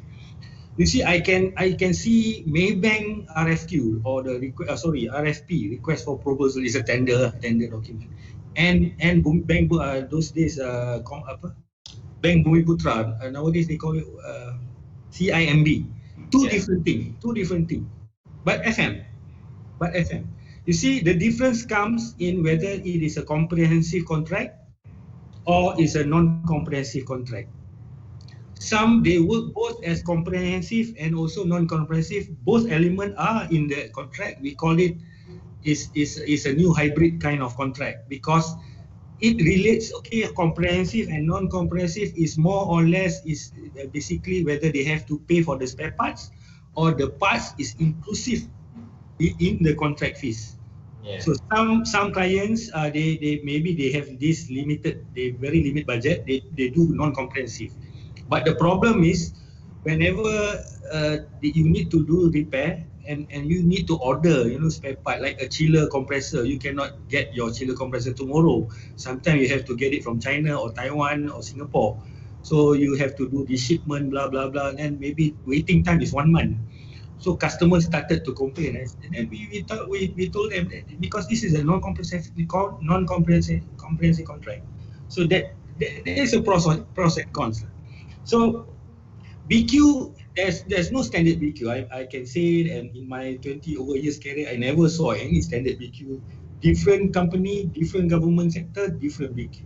But normally KKR or JKR, they are using the same standard, but not always the same standard with the other government agency.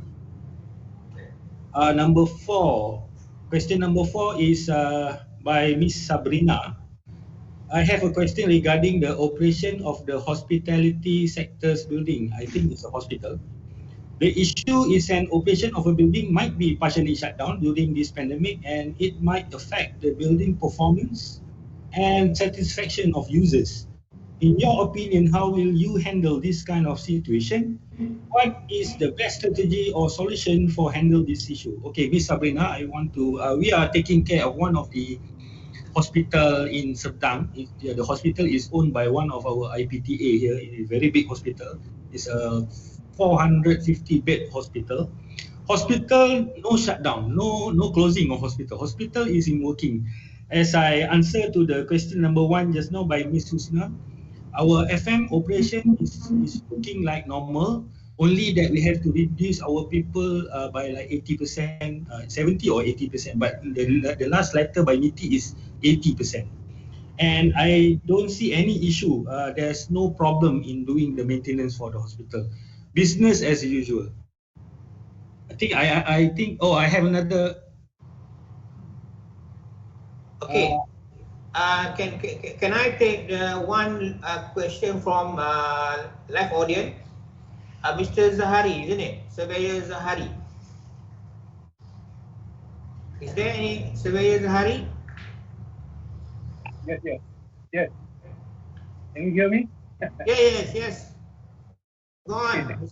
Thank you. Sorry. Thank you, Mr. Moderator. I'm a building surveyor.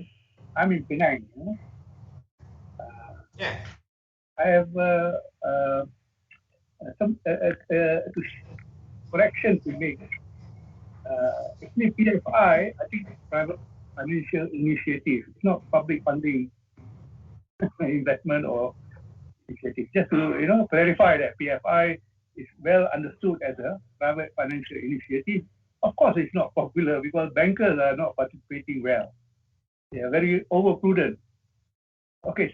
Secondly, regarding the current problem operating building during the pandemic, with the SOP saying that with all the restrictions, it gives a lot of problem to facilities managers.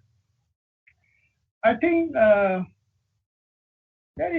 it's a universal mistake, I think, by WHO, who only think that vaccination can stop this pandemic. My contention is, I think we got to see building or premises from the point of view of being sick. I think sick building is common. We have illness and people have problems, and some of them will close the building. I think we are very familiar with Langerdae disease, where you see virus and bacteria, spread through our central air conditioning. It's been a problem from before till now. Now we have virus, so-called COVID-19, within the indoor environment, external environment. I think what we should be doing, getting technology to kill the virus. I think we have the technology. Sanitization is one of the approach. We sanitize our indoor environment or external environment. We got to get the right disinfectant so that building can operate as usual. Business will go on as usual. Why we need to restrict it? Why we rely on vaccine alone? Vaccine is not a medicine. It's not killing virus. That's why you see we are seeing breeding of virus, from one variant to another, because we are not doing anything to the virus. I think as facility managers and also building owners got to install sanitization, and with the proper disinfectant to manage the internal environment of building. This is the point. And so that we can open up our premises, whether in malls, factories, hospitals. We need sanitize. We need to kill the virus. We have that. You see, at the beginning of the pandemic, no vaccination being talked about, but we are talking about how to sanitize our building. Of course, this is quite primitive that time. By now, we should have advanced. So I will suggest, I'd like to see why FM philosophy and FM technique got to be amended drastically because of this pandemic. Actually, there's nothing wrong. We just manage our building. So that's the point that I like to share with all the professional practitioners. I think we got to educate the government as well, and the authority to take this as a SOP, to ensure building owner and premise owner, whatever facility, got to have a working sanitary section, sanitation with proper disinfectant and make the environment safe. We can open up the restaurant fully. We don't have to wear masks in building, because we manage all the virus there. So this is my point, I hope I hear response from Dr. Yusof, Dr. Yusof, my old friend, and also our brother practitioner from Julia. Thank you very much for the. Okay, right. Thank you for Mr. Zahari or your opinion. Maybe this is the last. That is the last question that been given. And last conclusion from I will give only one or two minutes from the speakers. Any wrap up on these matters? I start with Prof. Surveyor Dr. Maus Hamid. Thank you Dr. Wan. Yang berbahagia Surveyor Zahri. Assalamualaikum warahmatullahi wabarakatuh. Apa khabar tuan? This friends from previously from USM and then now practice in Penang. Actually, I do agree with Surveyor Zahri because of the most important thing that to ensure the safety of our workplace, of our building in terms of pandemic COVID-19 is to ensure that in terms of our indoor environment are free from this virus. So therefore, sanitation process or activity should be in place so that will be incurred in the cost of cleaning contractor, etc. So that will be one of the additional what we call measurement in terms of to protect our indoor environment from this virus. Other than that, in terms of vaccination or in terms of mask, and then other than that, I would like not to comment on that because of that there will be some suggestion from our Ministry of Health and then from WHO, etc. Okay. And then to conclude our presentation today, it is important for us to understand on the situation of this maintenance budget that application to facilities management practice. And then we really appreciate that we're having this sharing session with in terms of that come from the universities and then that come from the practitioner itself, Mr. Fazli from Chulia FM, that gave us input in terms of the digitization of facilities management, and then it's a concept in terms of that they apply within the organization, and then of course it will benefit to the students that's hearing or participate in this session. Thank you very much. Okay, Mr. Fazli, any last response, Mr. Fazli?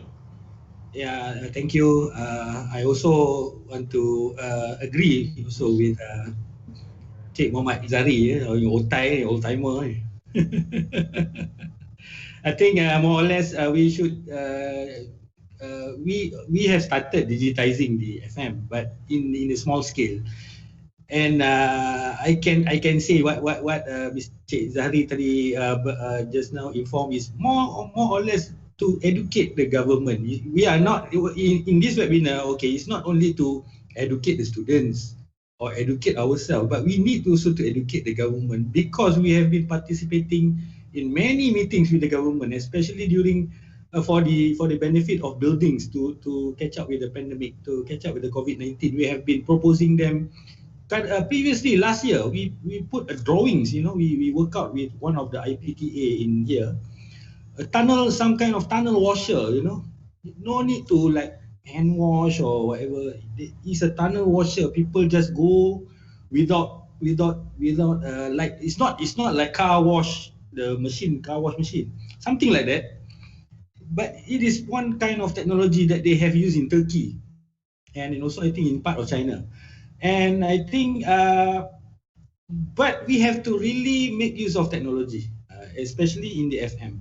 Without using the technology, you cannot. University keep on teaching the students about this, doing things academically. Your university are teaching academic, but when the students came into the workforce, they are on the field and they have to deal with all these problems. So I see that the technology, the digitizing FM is very, very imperative, very important in order to move forward. If Malaysia really wants to become like Canada or the North American countries or the Europe to be the number one in either building survey or in FM, they have to disrupt their mind. I mean, especially the building owner. You see, the most building owners in Malaysia is the government itself. They have to really adopt these technologies. I think this is very important. Okay, all right. Thank you all the audience, and very grateful for all the respectful speakers. Okay, for the reminder, as a committee, we are offer a very sorry to all the audience that we cannot attend all the question because we are run out of time. Okay, and before we end our session, please on the platform of Microsoft Teams to open up your camera to take the pictures for this session on for the Microsoft Teams platform only. Can we open your camera? Okay, open up your camera to take the pictures for this session with the speakers and all the guests. Turn on. Turn on. Turn on your camera and please take to prepare. Okay. We have quite a lot of the face here, right? Okay. Okay, please stand by. Okay. Okay, wait. Right. One. We have another field. Okay. Another one. Okay. Another one more. All right. Okay. That's all. Thank you for all your participation. We are grateful for this session, even though we have to end quite a little bit late. Okay, it's okay, and this shows that gratitude for us for this session today. All right, that's all. Thank you, and we end up this session with Tafri Kifara and Surah Wal-As.